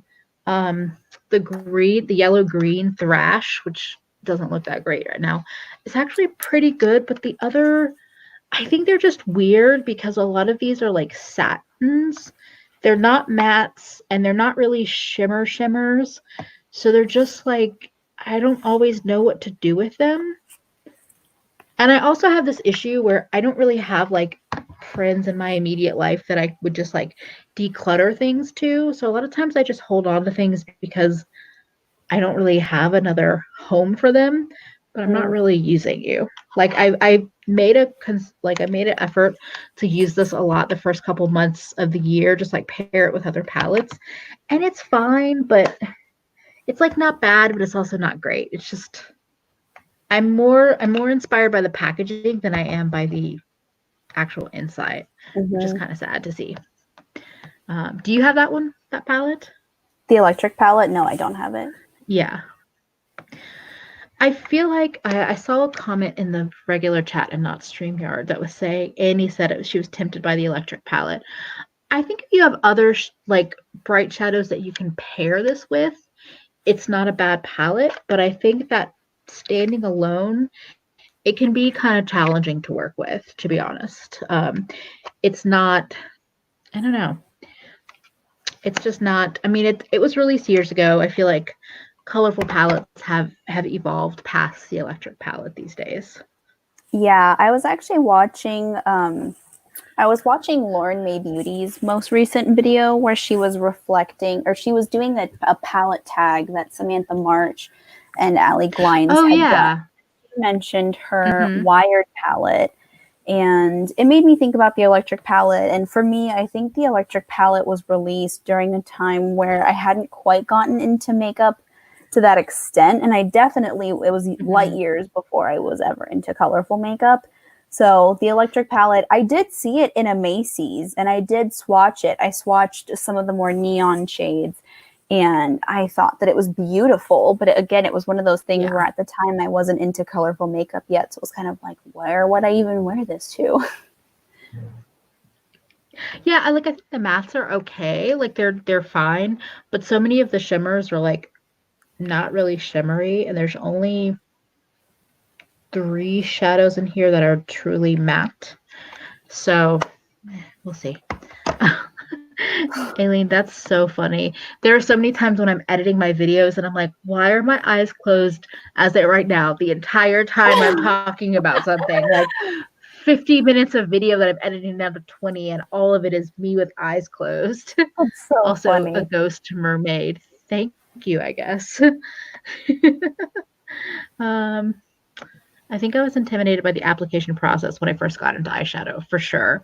I feel like if you don't like, it's intimidating no matter what you're starting with, whether you're starting with like something very neutral or something more colorful. Until you really feel comfortable even putting makeup on your face, it can be hard to Yeah. feel comfortable putting colorful makeup on. Mm-hmm. Um, Yeah, Jay Kissa recently did a video where she was doing a few different application techniques for people who want to start incorporating more color into their routines. mm-hmm. And I thought that her tips were so good. And I'm so happy that she put out a video. I know that she had taken a little bit of a break, not really for any particular reason, but I loved the techniques that she talked about because I can relate to some of those techniques when I was starting to get into colorful eyeshadow. And now that there's constantly new people joining the makeup community every single day, those kinds of back to basics videos are so nice to see from creators. Yeah, I'll have to give it a watch. I saw it in my feed, but I didn't click through. But I do like that idea of how to incorporate for a beginner. Mm-hmm. Yeah, and I think from back in the day, everybody was like, these are the exact brushes you need, and this is what you have to buy. And I feel like more people are just talking about like, this is how you do it, and not like this is what you need to buy to be able to do it. Yeah. Yeah. And I think from back in the day, everybody was like, these are the exact brushes you need, and this is what you have to buy. And I hope I feel like more people are just talking about like, this is how you do it and not like this is what you need to buy to be able to do it. maybe just in my little corner of the beauty world, but yeah. And thank you, Aileen. I appreciate you. Um, I think that was all the main questions. I made peace with being the occasional raccoon. Oh, for sure. There are times when I finish my eyeshadow and I'm like, oh, okay. Yeah. And exactly. I have hooded and deeper set eyes, so sometimes I'm just like, oh, I got swallowed by a black hole. But that's also usually why I don't like feel comfortable going in with like darker shades like the Muerte palette. I thought the Yeah. Muerte palette was gorgeous, but I was like, I'm just not going to reach for those deeper blues and deeper reds for myself. Yeah, Um, that's the reality for me too, which is another reason why I'm kind of like coming to peace with it. Like if I don't ever get my hands on the Muerte palette, it's not going to be the end of the world because I know that I'm not someone who's going to get as much use out of those darker shadows as someone yeah. who that's like their MO. I Yeah. actually realized that another palette that I would mention that was a disappointment to me was the friend Keishon palette. I forgot about it because I depotted it and the shadows are all over the place, but I can't really say that I didn't see that one coming because I did swatch it several times in person and I felt like the shimmers were dry and kind of flaky, but it, like so many Yeah. people on YouTube were hyping about how it was the most unique formula and it was beautiful and it was high impact. And when I would see it on other people, I totally agreed that it was a beautiful shimmer formula that looked Yeah. reflected on the lids, but in practice, it wasn't my favorite formula, even though I like watching Desi and Katie a lot. So, and I felt a connection with their collaboration, and you and I both got their lip glosses, and they were kind of Yeah. okay. But yeah, I was hoping for a little bit more from the palette itself. Yeah, that was what, like holiday 2018-ish, or Mm-hmm. maybe earlier. I remember being in Ulta. It was around holiday 2018 and it was on sale. And I was like, "Oh, I should get it." And then like I swatched the metallic, the shimmers again, and I was just like, "I should get this?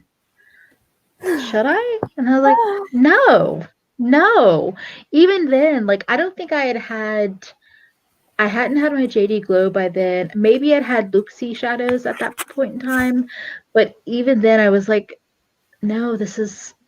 But I wasn't a that like I watched Desi and Katie, but I wasn't like hooked in the way that a lot of people are with them. Mm-hmm. It's funny though because again, I think it was was it Saturday night?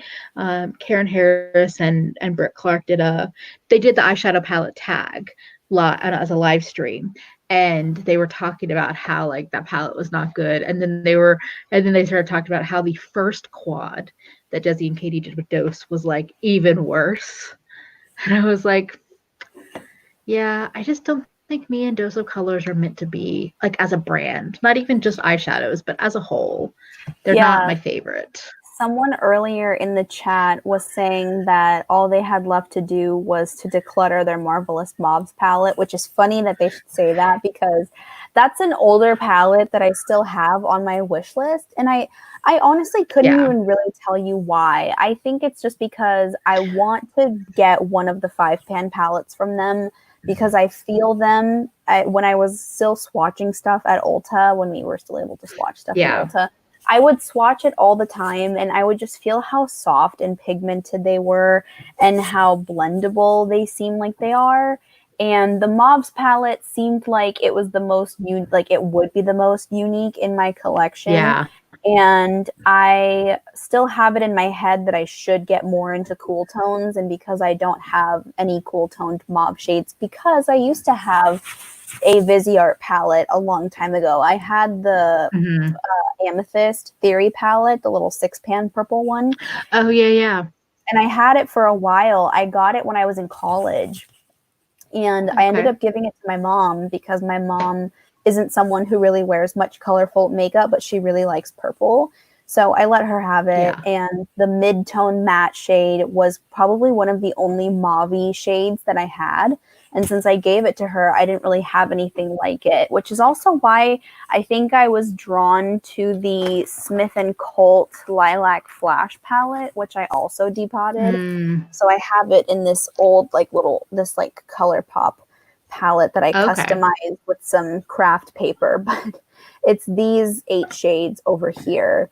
This 9th shade would be a shifter shade. They have a round pan in their palette that is like, it's like the no.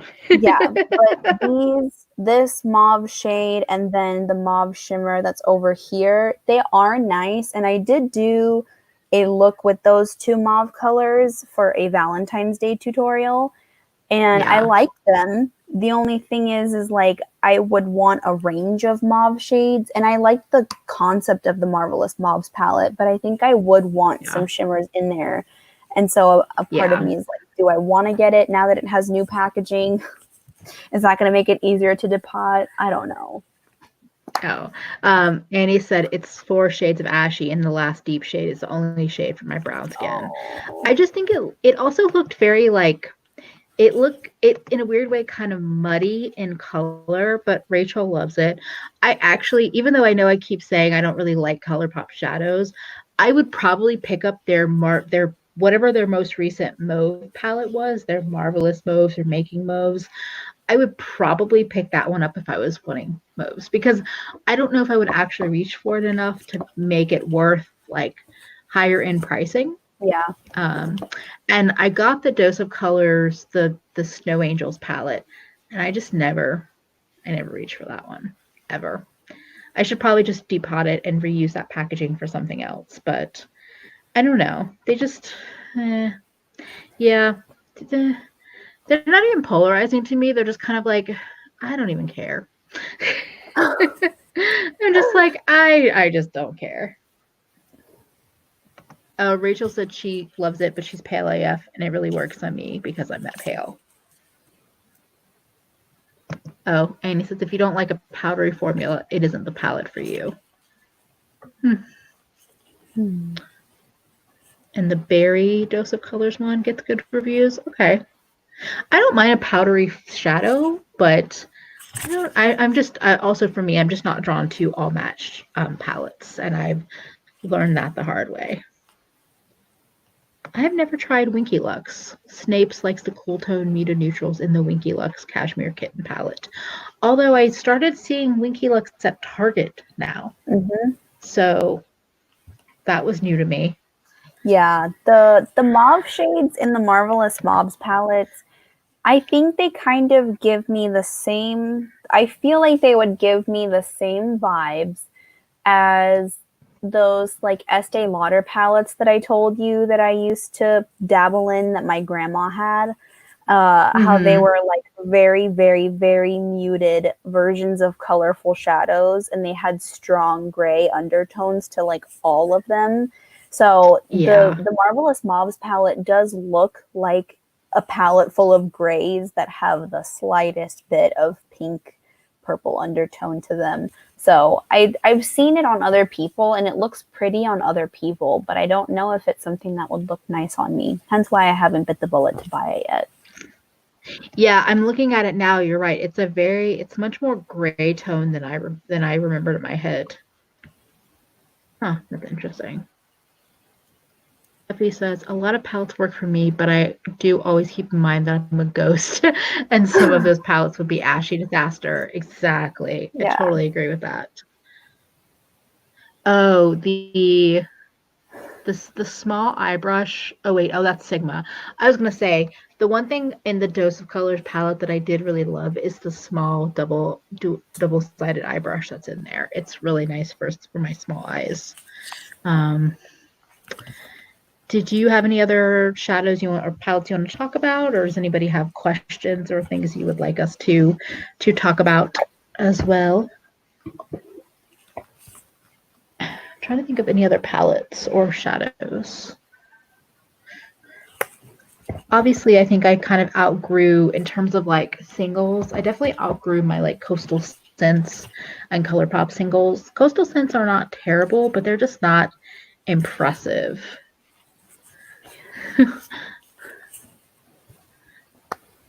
Yeah, Oh, Karen, I'm sorry. it's okay. We'll have it for replay. Another palette that Anthony says, oh, go ahead. oh no, go ahead.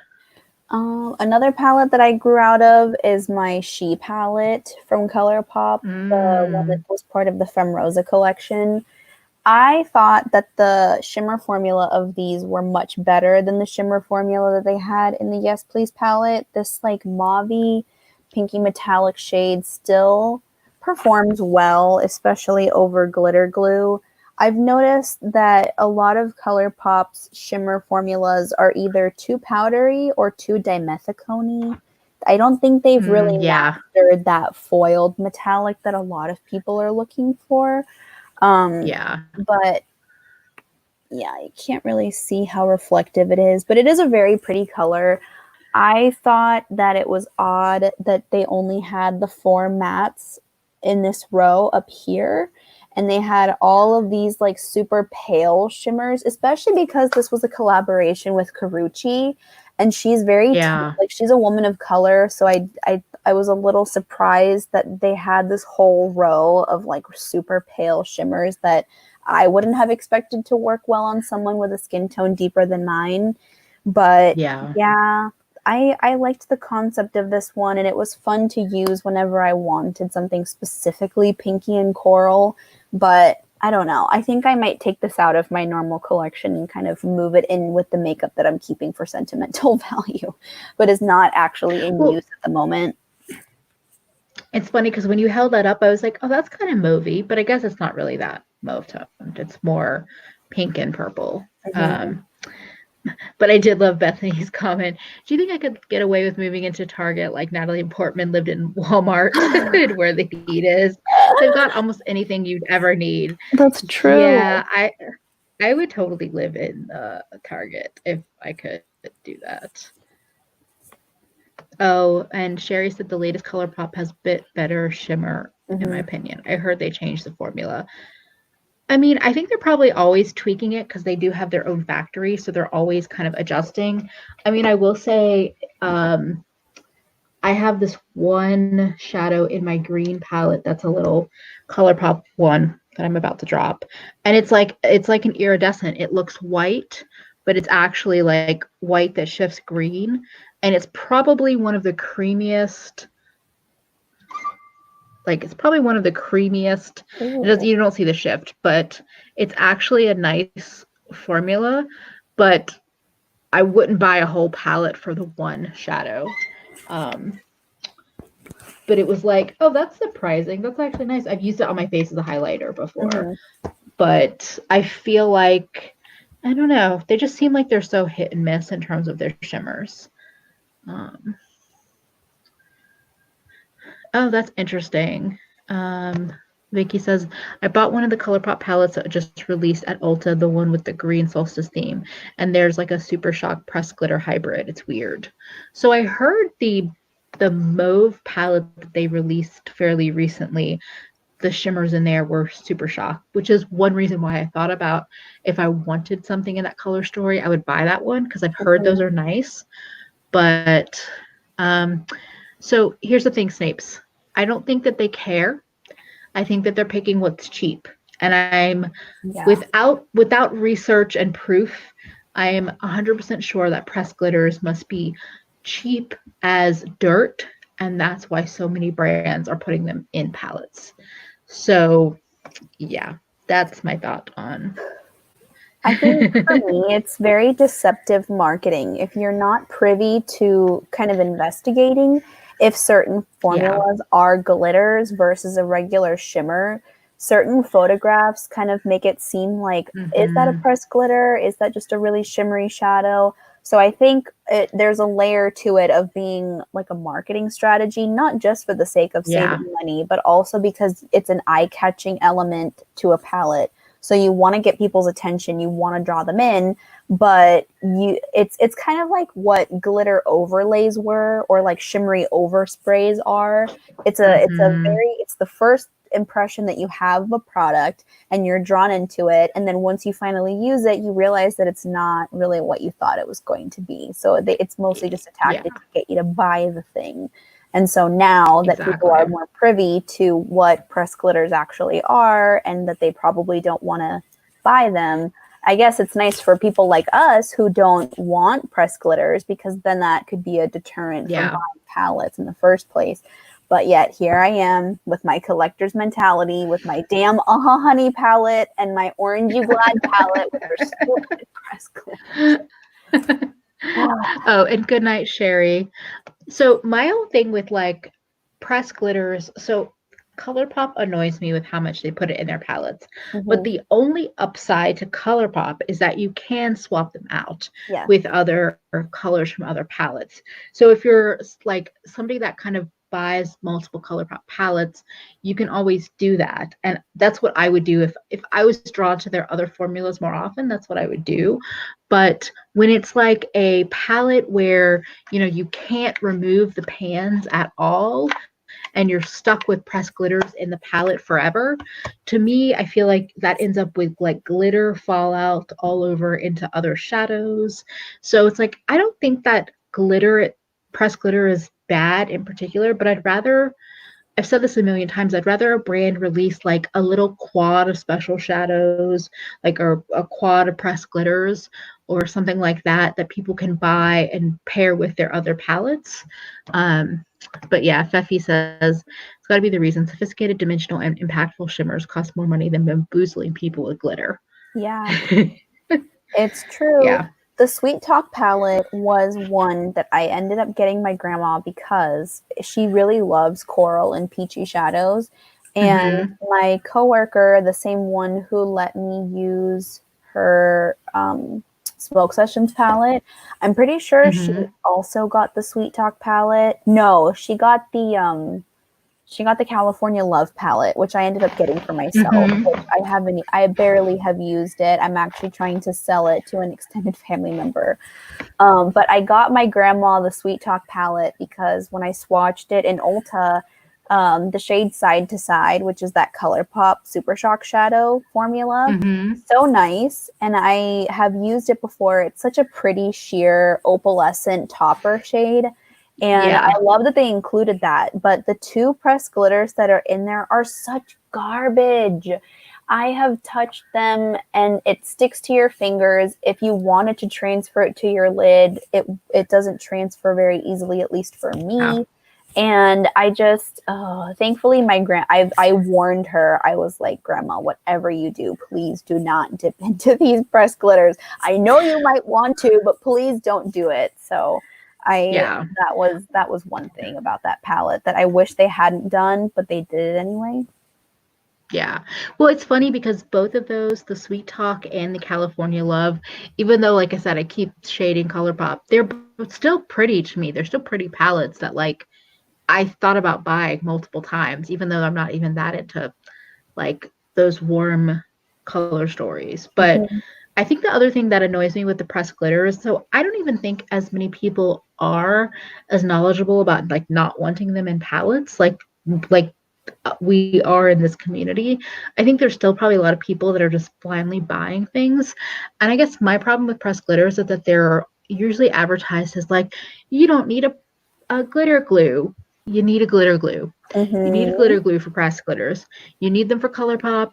I feel like you need them for Norvina or the Breezy ABH palette. Like, you need them. It's not just going to stick to your eyes and not flake down and get into your eyes and scratch your corneas. Yeah. So if brands were like honest, if they were just like, you know, if they let people know, like, you do need a sticky base or you do need a glitter glue for this, that might be one thing. But it's always like, just like swirl your finger in and tap it on and it sticks and it's like magical.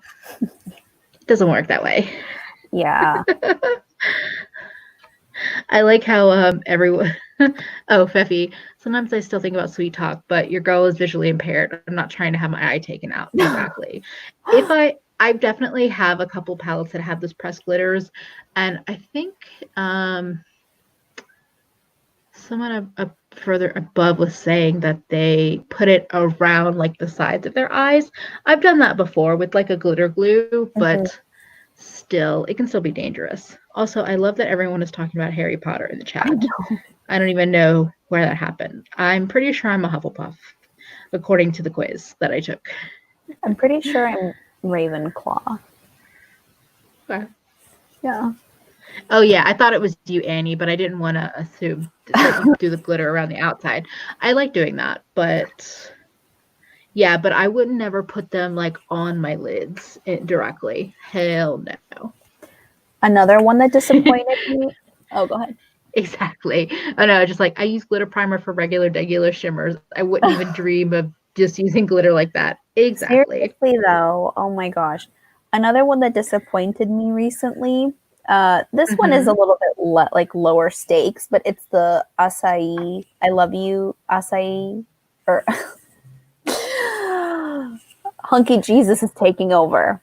The acai you bite size palette from Elf is something that was disappointing to me, mainly because actually another disappointing one was the capsule palette pink edition from Sugar Pill. I ended Oh up yeah. returning that one right before the shelter in place happened. So this was right before St. Patrick's Day. I was racing against the clock to try to return that palette. I remember you telling me that. Oh Yeah, my god. very stressful. But I ended up getting this little 4-pan palette, and this one isn't available in stores as far as I'm concerned. I'm pretty sure the Elf has said that Yeah. this one, as well as the spicy jalapeno quad, the green one, Yeah. is online only to their website. So this one I wanted mainly for the lightest matte shade, and I was hoping that it would be a good alternative to the one in the capsule palette that I returned, because there's a very, very pale periwinkle blue matte shade that I didn't have anything like it. And so I got this little Mhm. bite-sized quad to hopefully, I don't know, like replace it after I had already returned it. Anyway, it shows up extremely gray on my skin. So I, with all of these Mm. shades, actually, they pull really gray when you actually blend them out on the lid, which was disappointing to me because I loved the idea of a denim blue leaning quad that was affordable, because Yeah. the Blue Moon palette from ColourPop, I mentioned it as one of the top 10 that I would keep. I love the blues in here so much. So I was hoping that it would be comparable to show up even just a little bit blue, but most of these shades show up either gray or almost purple on my skin. So Mm. that was kind of a bummer. I'm still debating if I want to repan these, try to depot them, because I bought 2 of these little quads so that I could experiment on one of them and see what depotting method worked best. But I haven't done it yet because a part of me likes how compact this little quad is on its own. So I might leave it Yeah. alone for now. But I really had some high hopes for this one, and it's sad that it didn't deliver. The color that I thought of when you held that up, I actually have two colors that are pretty much, though they're similar. They're not identical. Well, maybe they are identical. I don't know. Is I have one from ColourPop and one from Colored Rain, Mm-hmm. and they look more blue on screen, but they're both more periwinkle kind of cornflower. Piece of Cake from ColourPop and Jet Set from Colored Rain. I feel like that might satisfy your like cornflower periwinkle kind of color. I'll send Yeah. you maybe pictures off camera where you can actually see it versus this lighting where it's just like everything is washed out. I have But had my eye the on Piece of Cake for a while, but I saw Temptalia gave it a really shit review, and that it wasn't something that lasted well on the eyes, and then it was the type of blue that kind of blends away into nothing. Yeah, I mean, I think blue is just hard. Yeah, if I go in with one swatch, it's pretty bad. If I layer it up, it'll get there, but the Colored Rain one is quite a bit better. And now my hands are blue. Let me see. There was some well, one I wanted to just laugh at Audra. I'm not in a house. I am Snape. Oh my god, this is scary.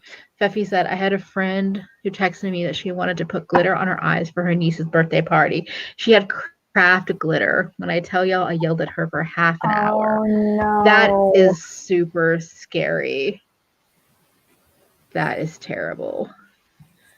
What did Taya said? At one point, I bought the ColourPop glitter singles palette and soon realized I hate pressed glitters but love multi-dimensional shadows.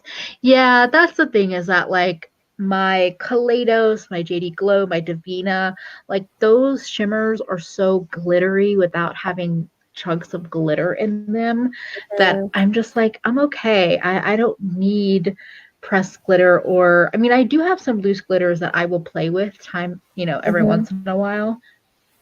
Keisha, nice work. I did some high level redirecting. Somehow my husband's making dinner.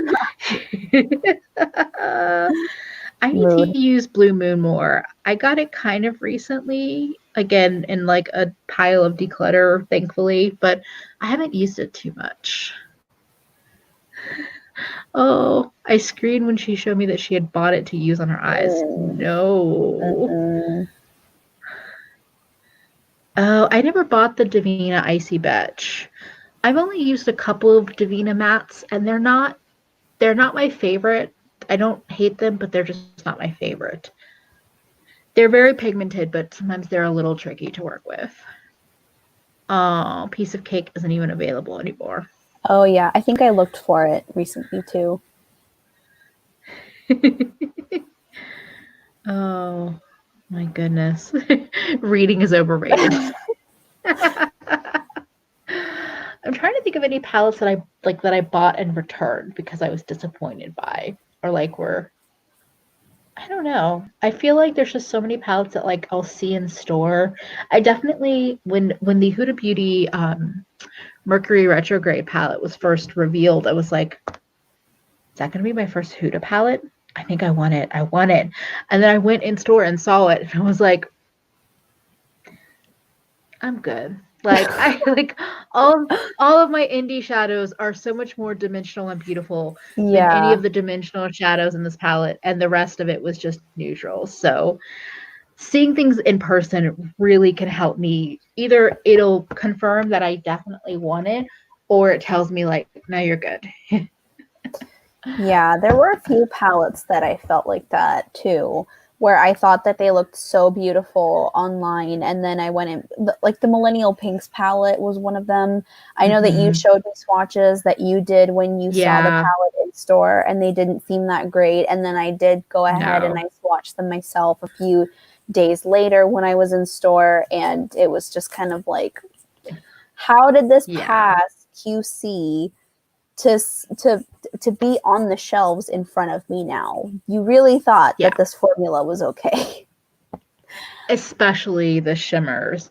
Also, yes, this palette seemed like trash. The Emily Noel Once palette, I was so confused by the positive reviews because again, I remember going into an Ulta, and I think I knew it was coming out, but it was a random Ulta where like it was out for swatching, but it was in like the back of the store. So literally no one had touched it.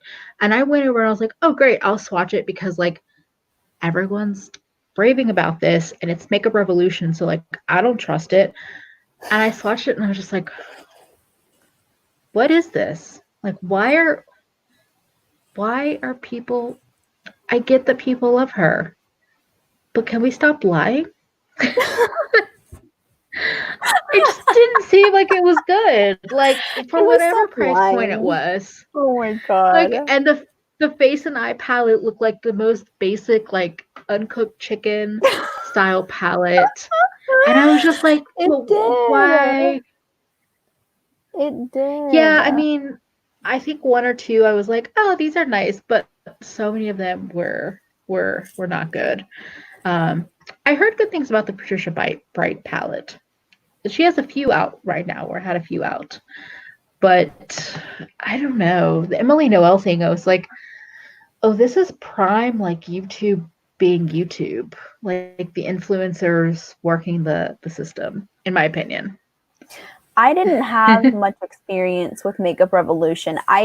The one eyeshadow related item that I had experience with was their dupe of the Subculture palette, because I wanted Okay. Subculture and I thought, well, if people say that these reloaded palettes are good and it's only $7, like, why not go ahead and try it? And the matte Yeah. shades were so trash. I would blend them out and they would not last on my eyes whatsoever. And I love the color story of Subculture. A part of me still wants it, but I know that, like, again, we go back to not getting much use out of darker eyeshadow colors.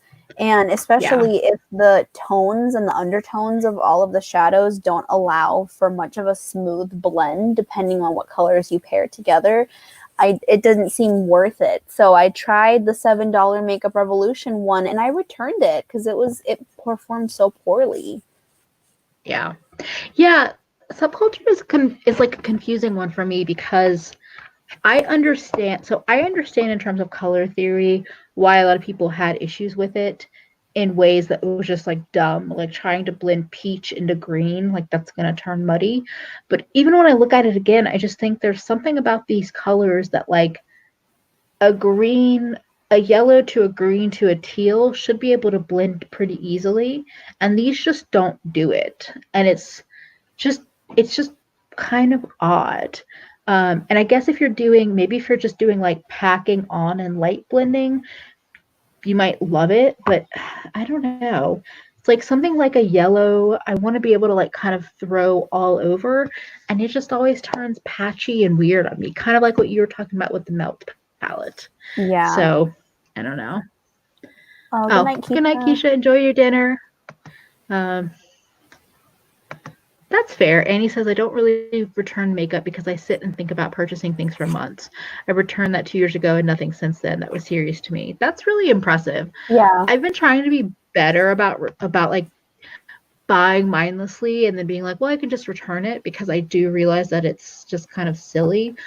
But at the same time, if it's a brand that I'm not familiar with, or especially if it's more of a more expensive palette that I want to try or product I want to try, I don't feel bad about returning it, because I know that, like, okay, if I bought this from Sephora, I know that even though Melt is an indie brand, that they have factored in a certain cost in this to cover returns, basically. Like, I know that sounds silly, but I do think that most big brands, maybe not Melt, but like ABH, Too Faced Tarte, Urban Decay, that's part of the pricing. Mm-hmm. So I don't like feel as bad, or like a Natasha Denona or Pat McGrath. Like, if I was going to try them, if I didn't like it, I'm not going to feel bad about returning it, because I'm not going to waste $100 because I thought I was going to like it and I thought the reviews led me in the right direction, and they didn't. So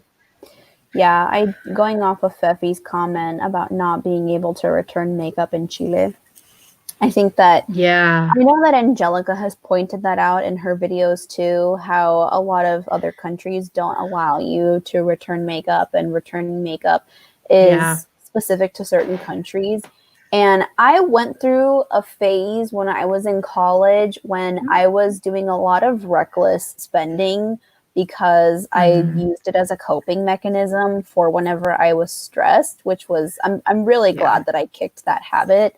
So I went through a horrible cycle of like impulsively buying something, going to return it, and then getting something else, and then regretting it because I didn't think it through, and then returning that thing. And so nowadays I've gotten so much better about really thinking mm-hmm. through my purchases, and if I am able to swatch things, like having preference over things that I can swatch versus things that I can't, Yeah, and really being patient when it comes to waiting for reviews on things. So I want to be more mindful of that, definitely going forward. A lot of waste, and I'm glad that I'm able to get my money back. Granted, I do think that there are situations where you should be able to return makeup. Case in point, the Jaclyn Hill thing.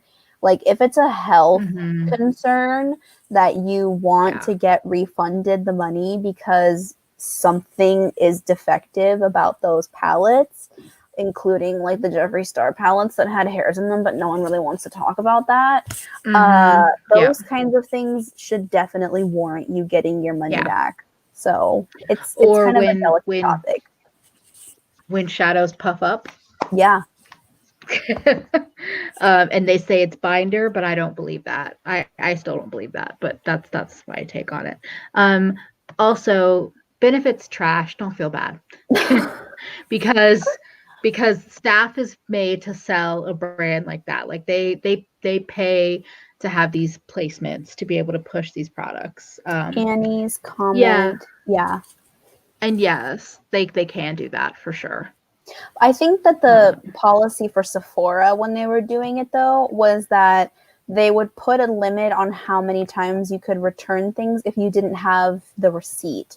So if you were returning mm, things just going off of your purchase history from your rewards account, you would if they detected a pattern of you habitually coming in and returning things without a receipt, yeah. then they might put a limit on how many times you can return products. And I have heard like random, like people getting randomly like, no, you're cut off, like with like not related to that. That's Sephora. Mhm. Like we're not allowing any more returns from your account. I think the thing is that I mean, what was I gonna say about returns?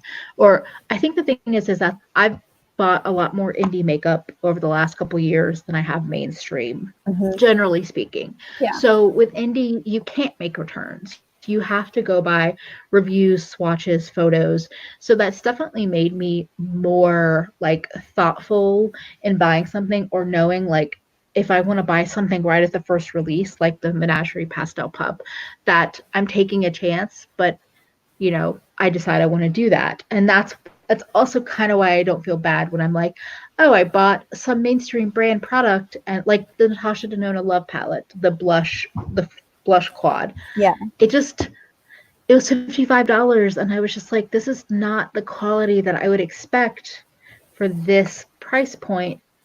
And I tried to make it work. So I was like, you know what? I'm gonna return it.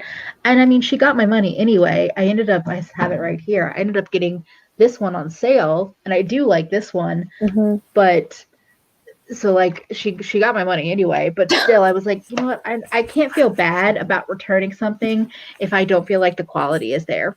Mhm. Like the quality was not there. So, but yeah. I feel like Ulta might they I definitely think that Ulta tracks your returns, but I don't know if they have limits. And then Danica, hi Danica, said my friend used to work at Shoppers and they do track that. She said it's almost always the same people returning stuff. They don't stop, but they do track. Yeah. Hmm. I think it's tricky. Like I understand, if they're like okay, if someone's repetitively returning things, then that's definitely bad, but there were times that I would legitimately buy something, not like it, return it to get something else, and then not like that either, and have Yeah. to return that. And I'm like, yeah, it was a cycle, but I'm not purposely doing this. I'm like, just want something that performs on me, and sometimes things don't. So, Something, but I do think it's easy to lean on that. yeah. Sometimes I wonder because I know that at Ulta they ask you, well, at a lot of places, Target does it too. I wonder if they take people's word on it when they say it's used or unused. Because I've had Ulta and Target, whenever I've returned stuff at both locations, Hmm. ask you, depending on what it is, if it's like clothing and it still has the tags on it, I don't know how that works. But I know that they Yeah. do ask you if it's been opened and if it's been used. And if you say that it hasn't been used, I don't know how many people actually have used it and say that it's not used. But do they just take people's word for it and put it back on shelves if they say that it's unused? And to the employee inspecting the item, if it looks unused, does it go back on the shelves? I wonder. I've heard that they just damage it all out, but they ask you just in case. Hmm. But I don't know about Target, but I've heard that with Ulta, but somebody in the chat might know differently in terms of I had also heard like, oh, if they look at it and it seems like something they can sanitize, that they might use it as a tester, but I don't know if that's legitimately true or not. But yeah, this is why I'm glad that Ulta is also picking up more indie brands, because the whole like being able to look at Sugar Pill in store, that's pretty cool. Yeah. Karen said basically some people view the window where you can, yeah, exactly. People view it as a testing period, but that's the like toxic cycle version of it. Also, good night, Hannah, and thank you for the solidarity and the subculture palette. I appreciate it. Yeah, same. Annie said, I think harder about my purchases because I don't have friends into makeup like I am. So passing them on isn't an option. I have decluttered to beauty share. Yeah, like I have a couple of, I have like Teresa is dead, and Queens, who does makeup, but like if I have something that I don't want, she probably already has it because she has that big of a collection. I don't really have friends in my area. Like none of my close friends outside of who I've met on YouTube or Instagram are into makeup. So I have stuff that like I'm just like, I should get rid of this or I should try to find it, try to donate it. But also right now it's not really reasonable to do any of that because diseases. But it's just tricky. It's like I have some stuff, like I have like older Wet n Wild drugstore products where I'm like, I'm not using this. I should get rid of it. But it's like, who is that going to go to? Yeah. Oh my God. Speaking of Wet n Wild, before the whole thing happened with them not really being cruelty free, one of the last things that I bought from them was from that like gemstones collection where they had the little triangular compacts with the 3 eyeshadows, the perfumes, and a couple of other things. Why did my dumbass go into my Walgreens and buy all 4 of those little palettes as well as the corresponding perfumes when I don't even wear perfume? I was like sipping the dumb bitch juice hardcore that day because I didn't know what to do with myself because they were bad. The shadows were not good. And I think I ended up decluttering them to one of my coworkers because she didn't really care much. I don't know. Maybe she gave them to her kids for all I know because they were trash. I've told this story in a video. So back when Wet n Wild released that big astrology collection, and I think it was basically like either just in Walmart for the initial release, or it was yes, we all sip the dumb bitch juice occasionally.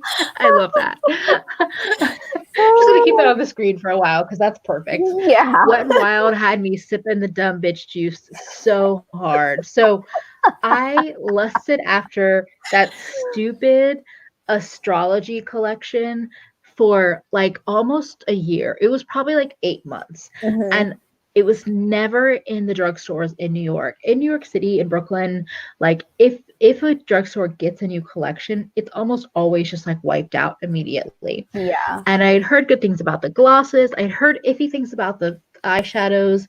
But I was in like a Walmart in the summer. So again, it was probably 8 months old.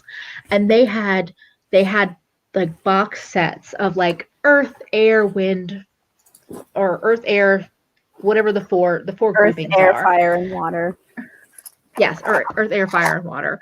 And they had like the box sets of like all the eyeshadows and glosses and highlighter for each sign in a box set. Buying the 4 box sets on, because it was all on clearance, was cheaper than buying the like 6 or something lip glosses I was looking at getting, because the glosses alone were not on clearance.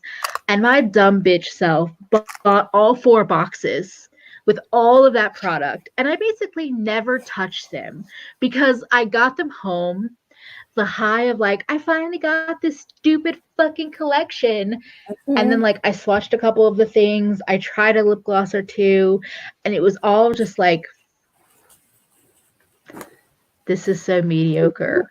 And it probably was like $20, $25 down the drain. It was like major clearance.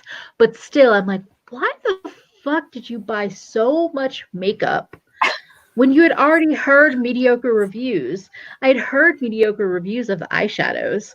It's just like, I just like, why did I do that? Right. So yeah. Oh my God, Rachel. We all did it.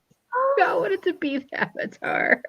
I love Avatar. When I saw Lacey was rewatching it on her stories recently, I'm like, okay, yeah, yes. While I may have watched the series all the way through, maybe about 2 or 3 times already, and this is like in the last couple of years, I might want to rewatch it Yeah. again because it's just that good of a TV show. Also, I agreed. Brushes are definitely something people who don't covet makeup can't understand. Mm-hmm. And I think brushes can make a huge difference for Yeah. me. Pfeffy, the only Wet n Wild stuff I use consistently are my highlighters from the Fire and Ice collection, which I use as eyeshadow. And now I'm using the Hummingbird blushes because Lacey's video reminded me. I Oh, tried yeah. to get That was into a good those collection. glowy blushes, but I think it was too early in my glowy blush love to really You to really hadn't get into yet it. evolved into full-on blush sluttiness. Yes, I'm not like I'm currently glazed donut. That's my life. Like from the cheeks to the skin to everything is just like glazed donut. I wasn't there. I was at like crunchy cracker then.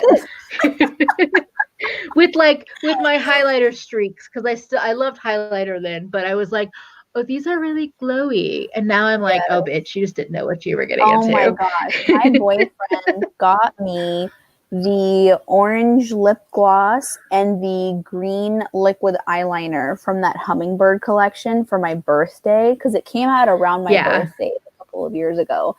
And the yeah, orange lip gloss, I really liked it. I've never been someone who's opposed to opaque lip glosses. I know it's a kind of yeah, polarizing thing.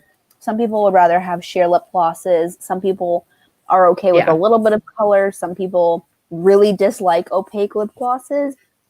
I yeah, liked that formula a lot.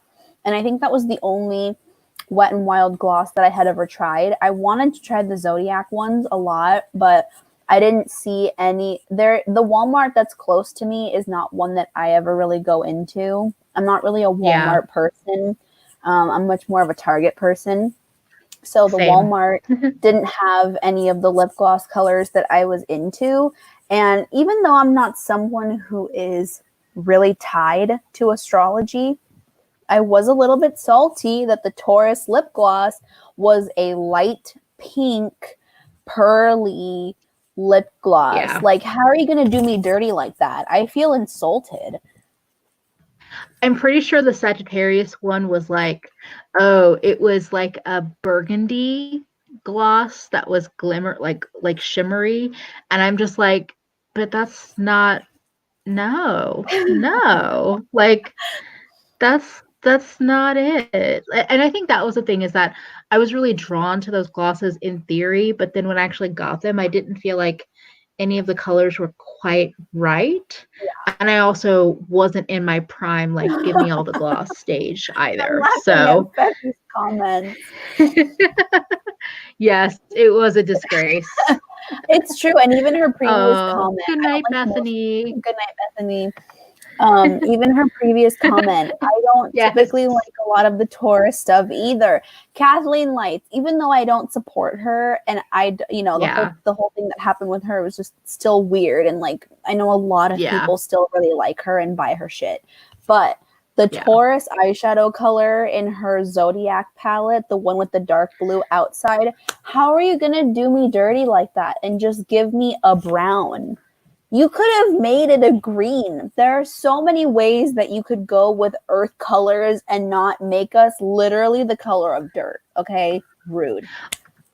Honestly, as soon as you said that, I was thinking she should have done like obviously a color pop version though of that blue brown shade, that brown green shade that you were Mm-hmm. dyeing over in the Jackie Aina palette. That would make Yes. sense.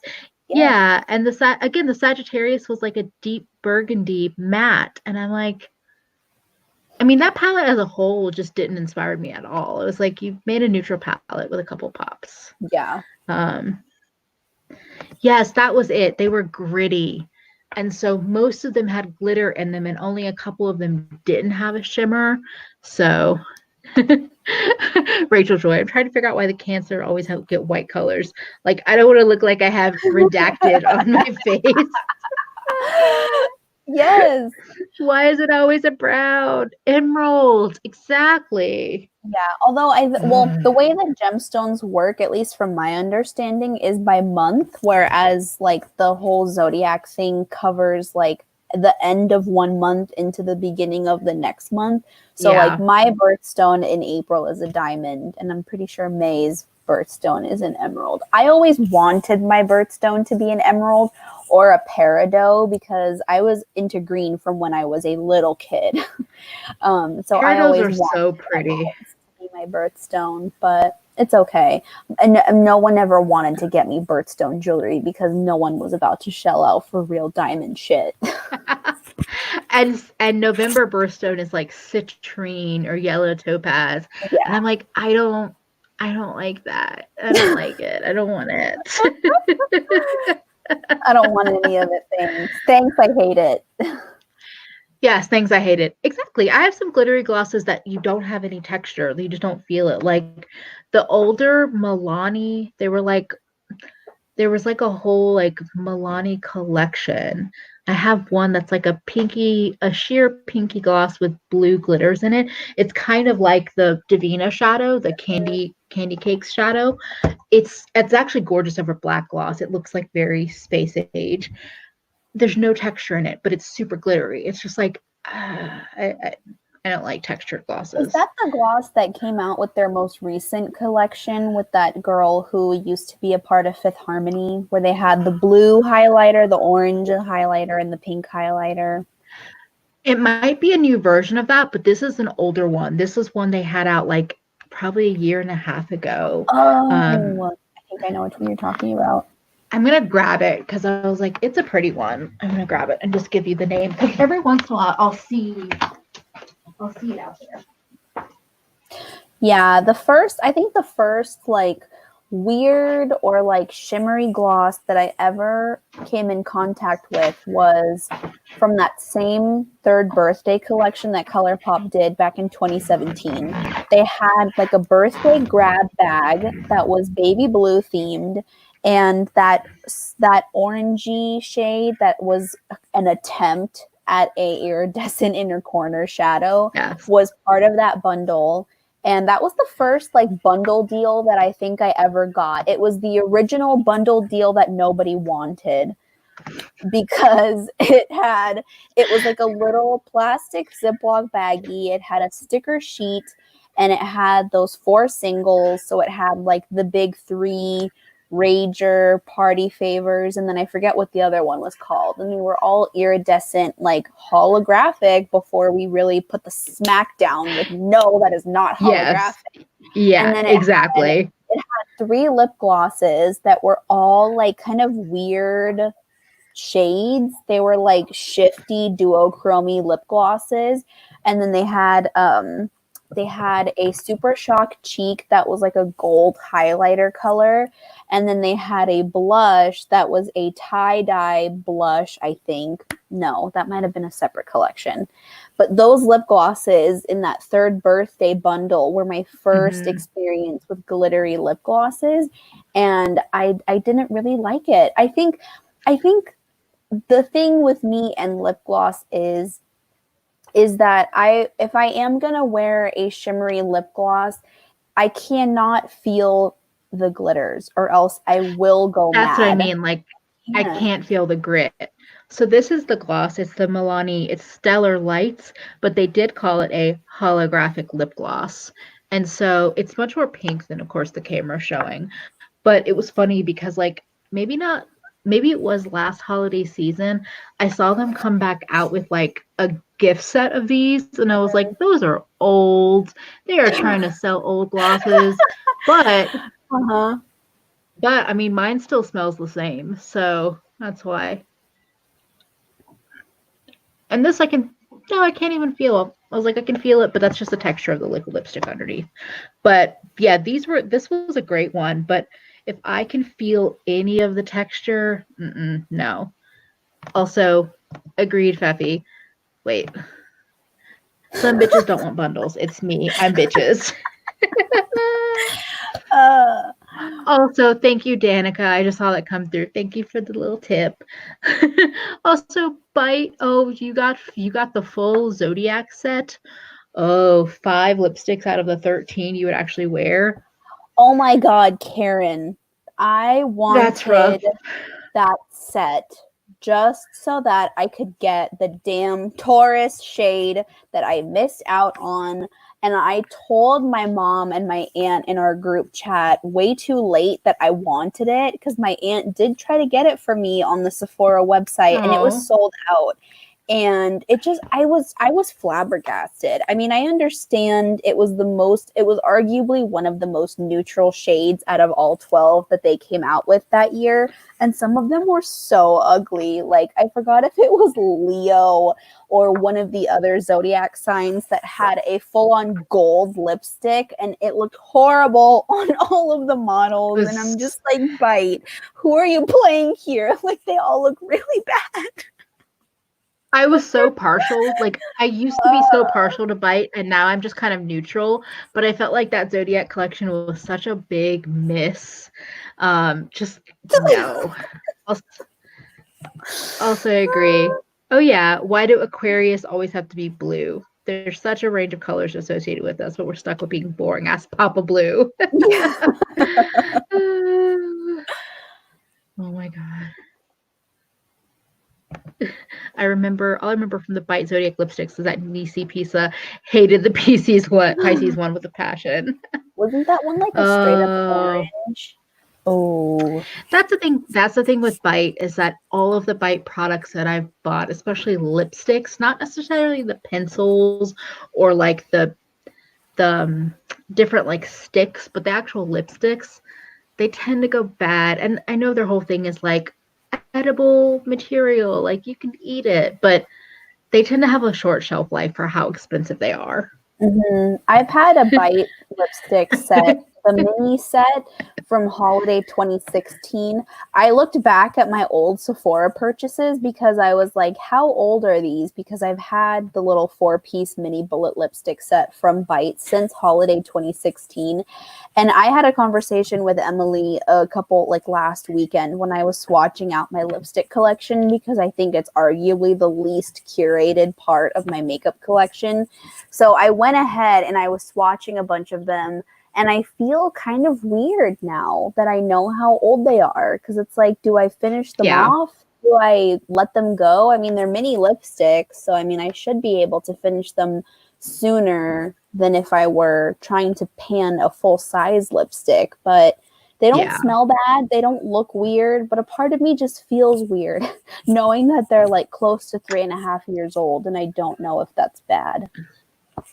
Yeah, I used to buy the holiday sets. They're not a pointed pencil, but they're like a chubby pencil. I think you know what I'm saying. They're Mm-hmm. matte. I think they call them pencils, but I remember Yeah. I bought either 2 or 3 years in a row the little sets, and just a couple months back I realized like those are all at least 2 years old, and Bite is all like natural. So I just had to like I played a smelling game, and some of them started to smell different from others. So any of them that smelled even slightly off, I just got rid of. Speaking of Stinky Egg smell, says, oh, sorry, go ahead. yeah. Oh no, just saying Stinky Egg says, I mean, Bite got rid of everything in their line. So yeah, I realized I love the limited edition colors, not the standard line. But mine never went bad though. Yeah. Yeah, part of their limited edition line that I didn't know was limited edition were those Hmm. French press coffee lip glosses. I got the Yeah. one in Dirty Chai from my aunt Hmm. as a birthday gift, like 2018, and she did use it and she liked it a lot. And I always wanted to get one for myself, and then I didn't realize that they were getting discontinued, so it's not like I could really get my hands on one anyway.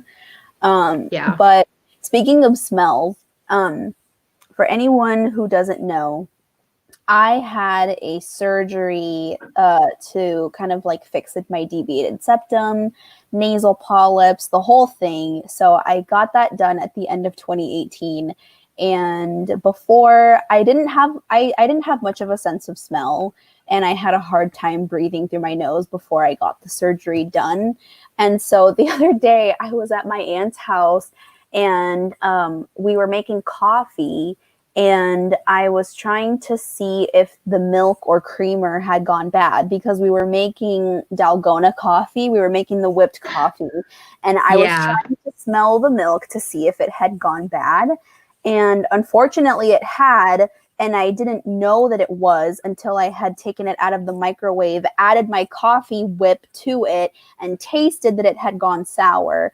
But before all of that happened, I smelled it, and I asked her, I was like, does this smell bad to you?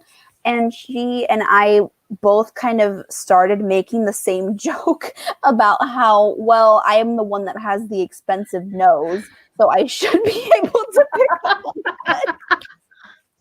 Oh my god. Even though I didn't get a I have nose job, like I didn't get a nose job, like it's, my nose is still the same. I didn't get any reconstructive surgery, yeah. but just the thought that it took a lot of money to fix my problem, that now I can smell, that like I should be the one that's able to tell more than she is if something smells off.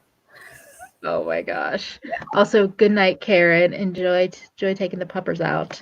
And I agree with this. Beffy says, my thing with the all natural, know this, know that brands is that I have a fairly big collection. I'm not going to use everything up before it expires. There's just no way. It's not a good investment.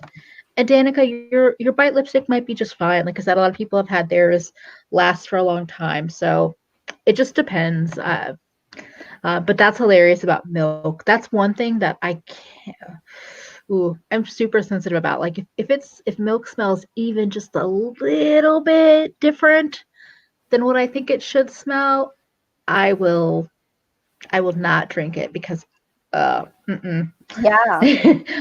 I've accidentally drank bad milk and it scarred me so bad. So oh, that's interesting. Rachel says I drink lactate and it always smelled spoiled, so I can't ever tell. Yeah, I've had such bad luck with like accidentally eating things that are spoiled. Like total side tangent, not makeup related Yeah. whatsoever, but there was one time, it's been a whole thing. Like in 6th grade, I did a science project on mold specifically. So I had like a piece of cheese and a piece of bread that I was trying to like observe to see how long it would take until they developed mold once they were exposed to moisture. And my aunt's pug, who was still alive, we had gotten him around that time, like in 6th grade, and he got up on our table and he ate my moldy cheese and my moldy bread. And I don't know how he was able to like kind of stomach that, but thankfully he wasn't more sick than he was. But there have been a couple of times where like the thought of having spoiled food just like it scars me, because it has scarred me because it's happened to me too many times. The spoiled milk I just talked about. There was one time that my mom was making breakfast before we left for work in the morning. This was like 2 years ago. And she was making me like an open-faced toast sandwich with sourdough, bacon. Like it was supposed to be delicious. And then I take a bite into it and I'm like, why does this taste weird? And the bread was fucking moldy and I had to like throw all away. I'm like, Mom, are you trying to kill me? How did you not see that this sourdough bread had mold all over it? I was so insulted. Also, the one day from bad milk, I still can't drink it. I can't, like, if it's even approaching that, I'll cook with it, like I'll save it, or like I'll make biscuits with it or something, but I can't drink it. Spoiled apple juice. Oh. Oh, Stinky Egg says, I think I need to get that surgery. I have so much trouble breathing through my nose and smelling. Yeah. Oh yeah, dogs can, I feel like, eat pretty much anything. I still remember that just recently, Audra's dog Bo got into her chocolate and ate chocolate and survived it. But I was like, wait, he ate chocolate? No. No. Mascaras for me, I find smell after 3 months. Mm. Yeah. Oh, fizzy spoiled OJ. Oh, speaking Mm-hmm. of fizzy, there was one time that we went to the grocery store and we got some salsas because we wanted to have chips and salsa at nighttime to snack on. And one of the Yeah. salsas, I learned to not buy shit that has been sealed off if whatever it is has puffed up. So if it Oh has like a yeah, seal that's over bad it and it's news. starting to puff up, don't buy it. If you're Yeah. looking at like bags of like mixed greens or salads or Yeah. vegetables and it's like puffed up, do not buy it. You want to find Yeah. something that's the most flat because that's an indication that a lot of gases have built up because of decomposure. Yeah. So we buy this tub of salsa, not really being aware that the seal that's over it has puffed up. So like we're eating it, and it has like that fizzy feeling on our tongue, and I'm like, is this normal? Is that like the is that the spice? Is there some type of spice in this that is causing this reaction? And then we were looking up the expiration date and it seemed like it was fine, but we saw that I noticed that the lid was puffy. So like now I can't do it anymore. You got fermented salsa. Yeah. That's what happened. Beffy, this is so weird. The other day, my mom made burgers with canned tuna, and the tuna tastes like gasoline. What? No. Oh, I can't imagine. Emily says, I grew up on a dairy farm, so the smell of bad milk is too much for me. Oh, yeah. No. Yeah, fermentation.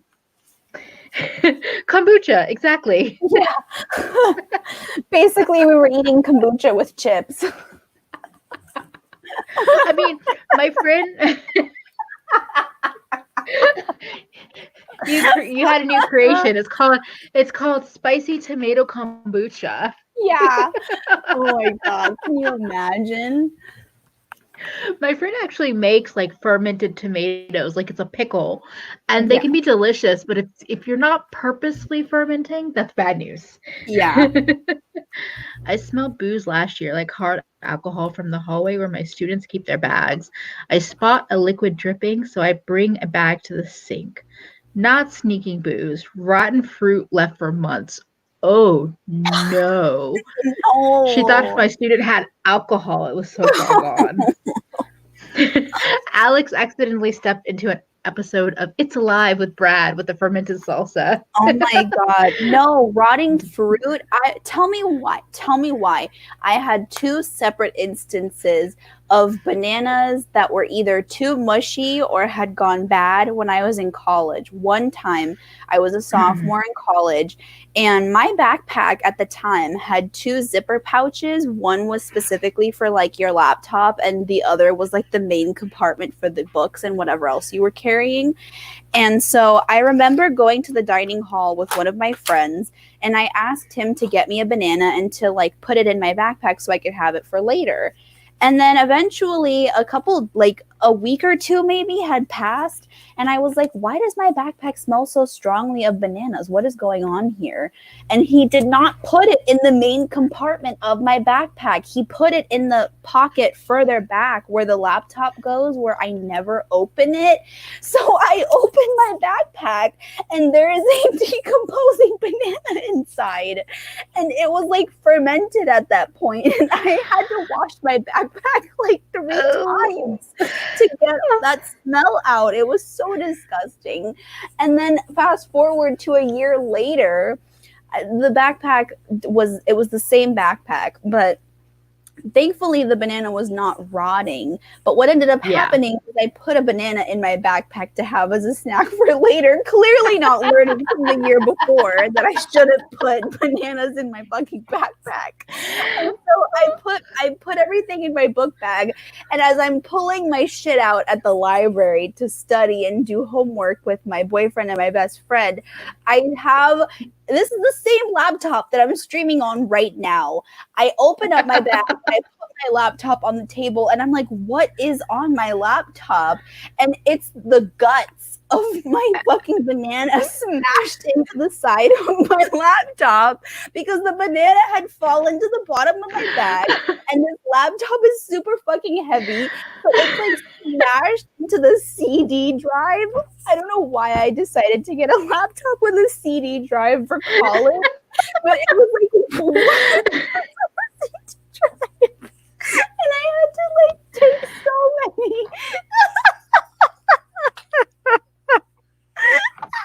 Oh, banana guts in your laptop. Oh my God. So I had to go to the bathroom. I don't even know how you cleaned that up. So I had to get paper towels. I'm crying. I had to get paper towels from the bathroom so I could clean up the banana. And it took forever. And then that year I had to do a project for my class, and I had to watch DVDs to do my project because I was taking a class on the Holocaust, and I decided to get a DVD set because my project was supposed to be about film during the time of the Holocaust, or like film about the Holocaust. Yeah. And one of the discs in this $80 set that I got from the library was stuck in my fucking laptop because of the bananas.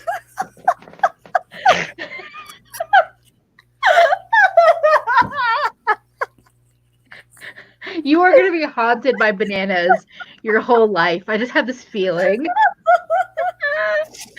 Also, wait.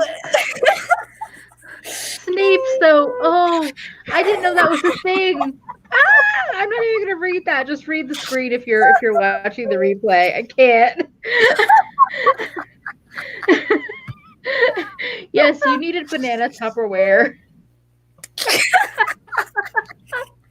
Oh my God. Did you end up having to buy another $80 like disc?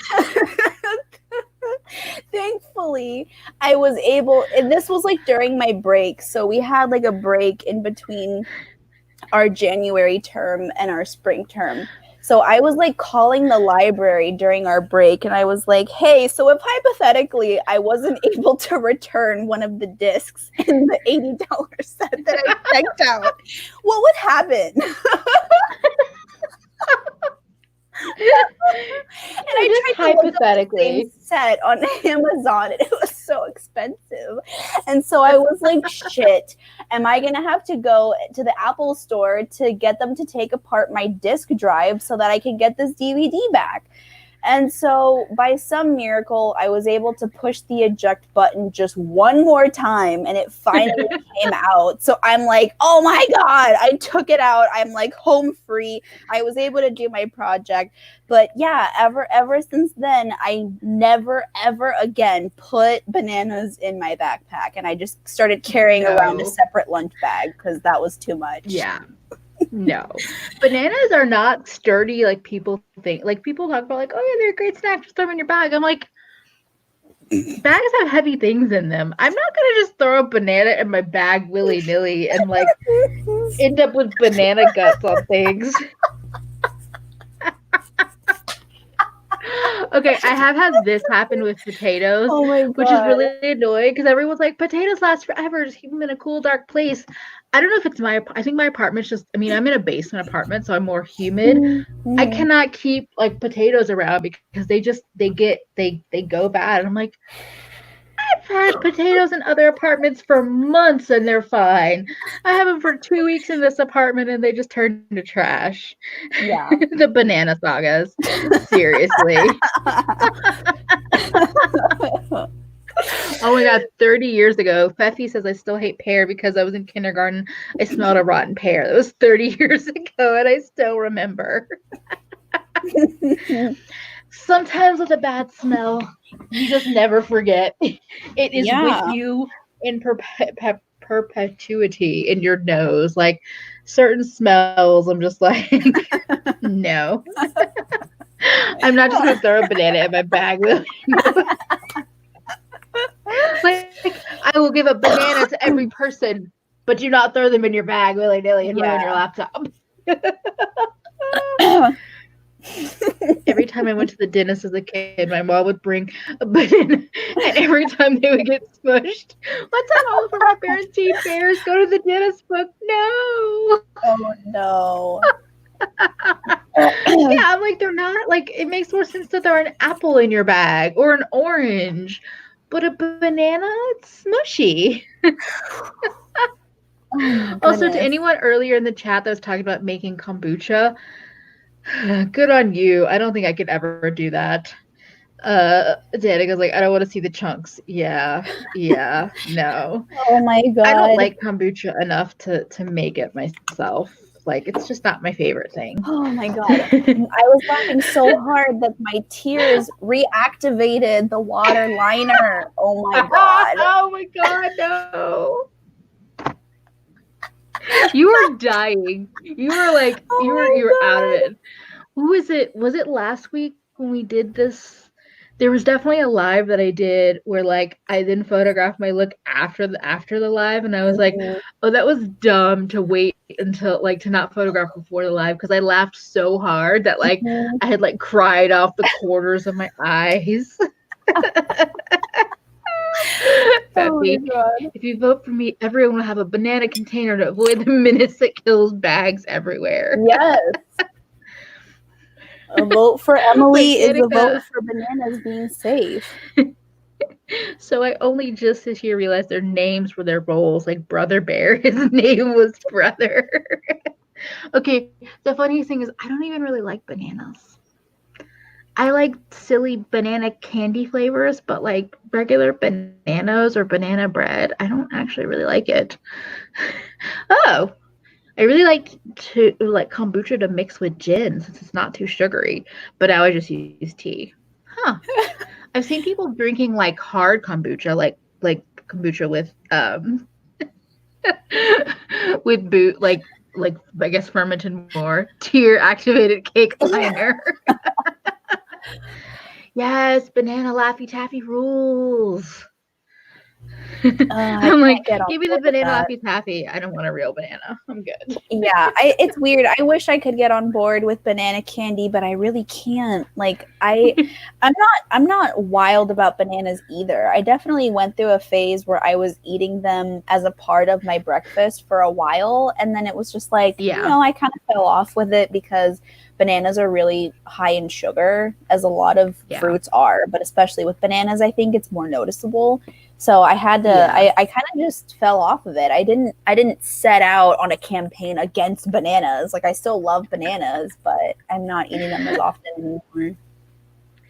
Yeah, like I like plantains, like when they're all sweet and caramelized, and I guess is that Maduros actually, but I like those, and like, oh, I could get down with maybe like a banana brulee thing, kind of, but not even. I'm not that excited by it. Well, also, I definitely. Oh, sorry. Maduros are technically a different species. They're not bananas. Well, yeah, I was like, are they plantains or are they different from plantains? Yeah. Okay. Yeah, like I like those both in like more savory, like tostones and maduros, but bananas, I'm just like, I'm good. But also, I definitely cried laughing the other day when Audra was talking about the pronunciation of what do you say, quesadilla and chipotles. It ended up looking like it. The funny thing is that Brother wasn't even his name. Originally, it was Baby Bear, but they had more kids, so they changed his name to Brother Bear.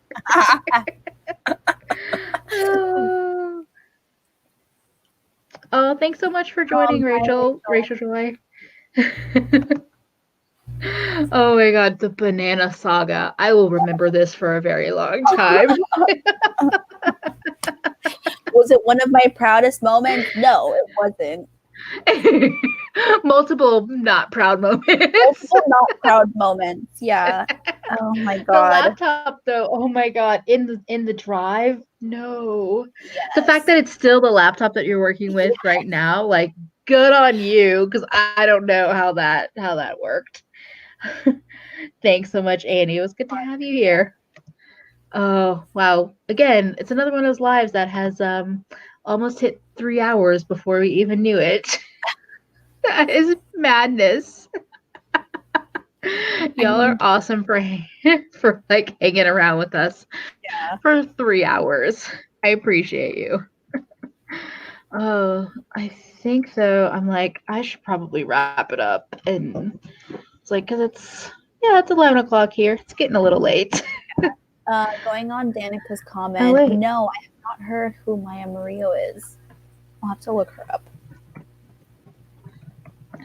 Oh, she's a musical artist. People have said, I don't know. Growing up was always kind of a weird thing because like my eyes are pretty prominent and like my lips are fuller, so like I got teased sometimes as a kid saying that I looked like a fish and that like I, you know, it was just mean.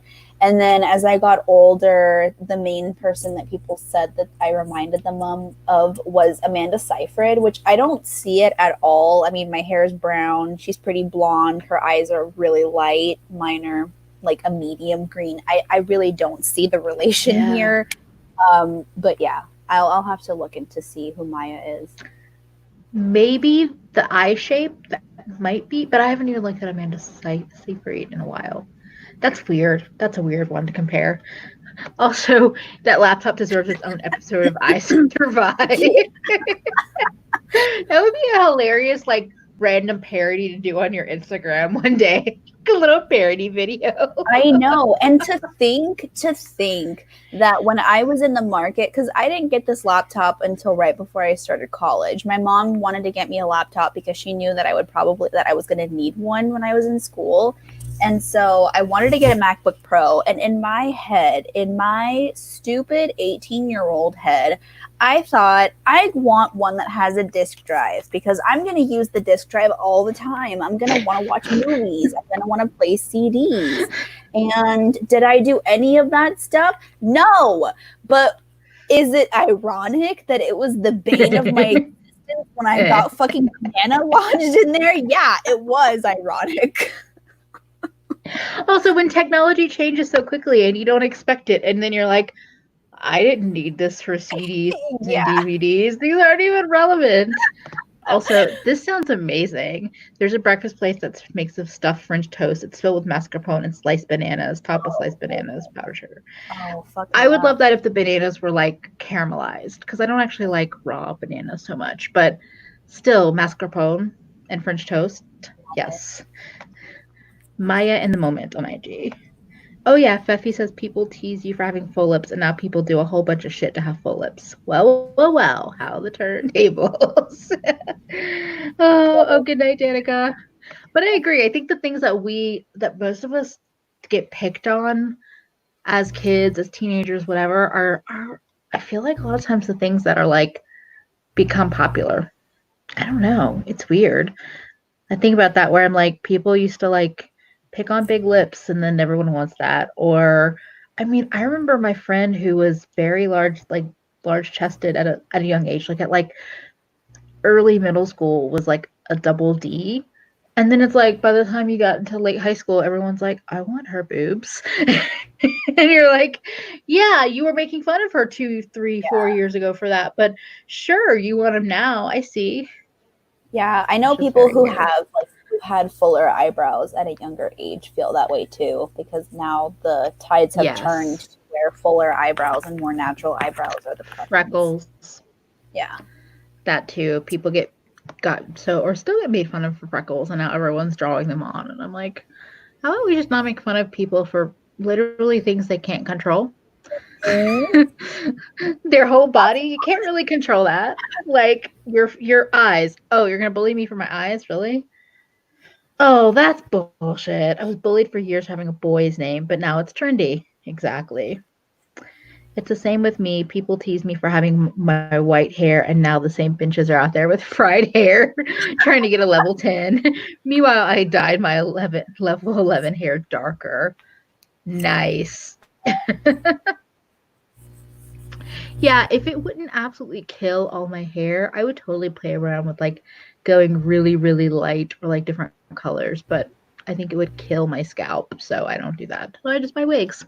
I know. I've always thought about what I would look like with a different hair color because I've never colored, dyed, bleached my hair ever. Oh wow. Yeah. My my mom and like people in my family will constantly tell me how much they wish they had my hair color, because my hair is kind of like a light medium brown, but my hair, Mm-hmm. when I was a kid and I was going out in the sun more often, my hair would have lighter like streaks through it, so it looked like I had highlights from when I was a kid, but my hair Yeah, obviously been colored before. So they've told me for a really long time, like, don't color your hair, like your hair color's so nice. And I've thought about it, but at the same time, it's like I'm fine with my hair color. And if like when I do eventually go gray, I have thought about like how do I incorporate that into my hair color as it is now? Like I wonder how I would look with gray highlights and kind of just gradually fade to being fully gray. I don't know. yeah, I like the idea of kind of just moving with my hair and not combating it so much and not getting into the habit totally. of coloring it for the rest of my life. Like I kind of want to embrace the gray when I start to get more gray hair as much as I can. Yeah, like I always thought, like Stacey London, who's like in What Not to Wear, she has like a gray streak that she's had from like a really young age. That was kind of beautiful. Even I look at Michelle Wong, she has like her dark black, like almost black hair, but she has gray, and it's just like just so pretty. It's just like, wherever it is, it's there. And it's just pretty, and like her hair is shiny and healthy. I think she's similar to you, and like she's never dyed her hair. So it's kind of a big thing. Yeah, I think that's pretty cool to see like how the gray grows in and what she look like. Let's see, Feffy says the important thing with bleaching is to mind your texture and not demand that it goes white in one day. Yeah. I don't think I would ever feel comfortable bleaching at home anyway. So if I was gonna get it done, I would have to have some major money to do it. I feel like with long hair like yours, not that I would be like, you should do this, but like I've seen a lot of people do this where they'll play with the ends, like they'll bleach the ends and do some color there because then you're not touching the roots and you can just like, cut it off as like a trim. But if you're not like drawn to having a color, playing with color in your hair, you can play with makeup and all the other things. Yeah. Oh, that's interesting. Claire from Bon Appetit used to dye her hair black and then she embraced the gray streak. Okay, that's what I had noticed. There was a change because like I would watch some of the earlier videos with her in it, and you're like, oh, her hair's pretty dark, but that makes sense that she just decided to embrace it. Um, yeah, I love gray hair. I think it's beautiful. I mean, I think it's funny. That's another thing people would get like picked on, and then now it's trendy to like dye your hair gray or silver at a really young age. And it's like, so y'all would have made fun of like older people going gray, but now you're optionally going gray. Okay. And I feel like with toning shampoos, like the purple shampoos for blonde hair, I think if you used that when you had gray, it would probably just like make it shinier and brighter. Yeah. So, I have thought about it like my one of my aunts is a hairstylist, and I have thought hmm about like playing around with ombreing the ends of my hair or something like that, or just doing something yeah. that's like slightly different. Even doing like an overtone thing where you do hmm like color depositing conditioner could be something that I've Yeah. like what Kelly Gooch did with those color depositing conditioners with her hair. Yeah. Um, and like I have thought about wanting to do like a fun color, because I know that so many people feel like, well, you should do it like while you're young, but I kind of think it's cool when I see people who are older that have like fun hair colors too. Yeah. Like it's not an exclusively young person thing to have. No. So I don't know, maybe I'll be one of those people that once I get to my 60s and I haven't experimented with my hair color, I'll just go purple one day. I don't know. That could be fun. Yeah, I think the whole idea is like you should do it when you're young is just stupid. It's just dumb. But I do again, I think because you do have thicker hair and I have such thin hair that like I notice these things. I've seen a lot of people or like I've seen online people will like dye the bottom half of their hair, like so the whole top layer stays your natural color, but then like if you put your hair up in a certain way or if you have it down in a certain way, it kind of shows off. But if you work in a more corporate setting, you can also just kind of like hide it away in some ways. I always thought that was cool. But also, like I said, if you're not drawn to actually doing something to your hair, don't feel the pressure to like do it because you should, because of whatever. It's just like whatever. If it makes you, if it seems like something you'd enjoy, do it. If not, don't stress over it. Um, I wonder how you would do that. So Karen said I struggle because I have basic bitch brown hair with gray, but I prefer black with gray, so I'm not sure how to deal with that except get low lights. Probably. I feel like that would probably be the thing. Maybe. My headphones just died, so if things have changed, that would be why.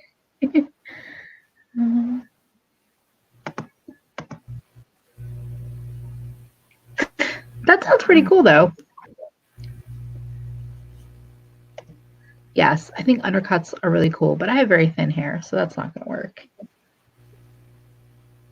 Ooh, Pfeffy, lilac. Oh. Oh, yeah, all silver. That would be great, too. Oh. I know, I'm like, I think it should probably wrap it up here. There's always something to talk about, but Yeah. we can always do. Oh, excuse me. I'm about to do a big yawn, and that's rude. I was like, we can always do more lives in the future. This was fun. Okay. So on that note, I think we'll wrap it up here. Thank you everybody for hanging out with us. If you haven't liked the stream, like the stream. That would be great. And if you have any other requests for live streams for like me and Alex or whatever, you can leave it in the chat right now if you happen to see it, or in the comments afterwards, because we're always looking for ideas. And go follow Alex on Instagram. She's linked in the description box. And I'm sure you'll see us again real soon on here. Did you want to say anything else, Alex? No, I think that's pretty much it. Thank you guys so much for watching and for sticking around and for listening to all of these off the cuff stories that I didn't even think I was going to tell today. Yes, how for this. Oh, Audra. Good Night, yeah, Audra. thank you so much for watching, and yeah, I'll catch you in the next one. Yes, awesome. Have a good night, everybody. Bye.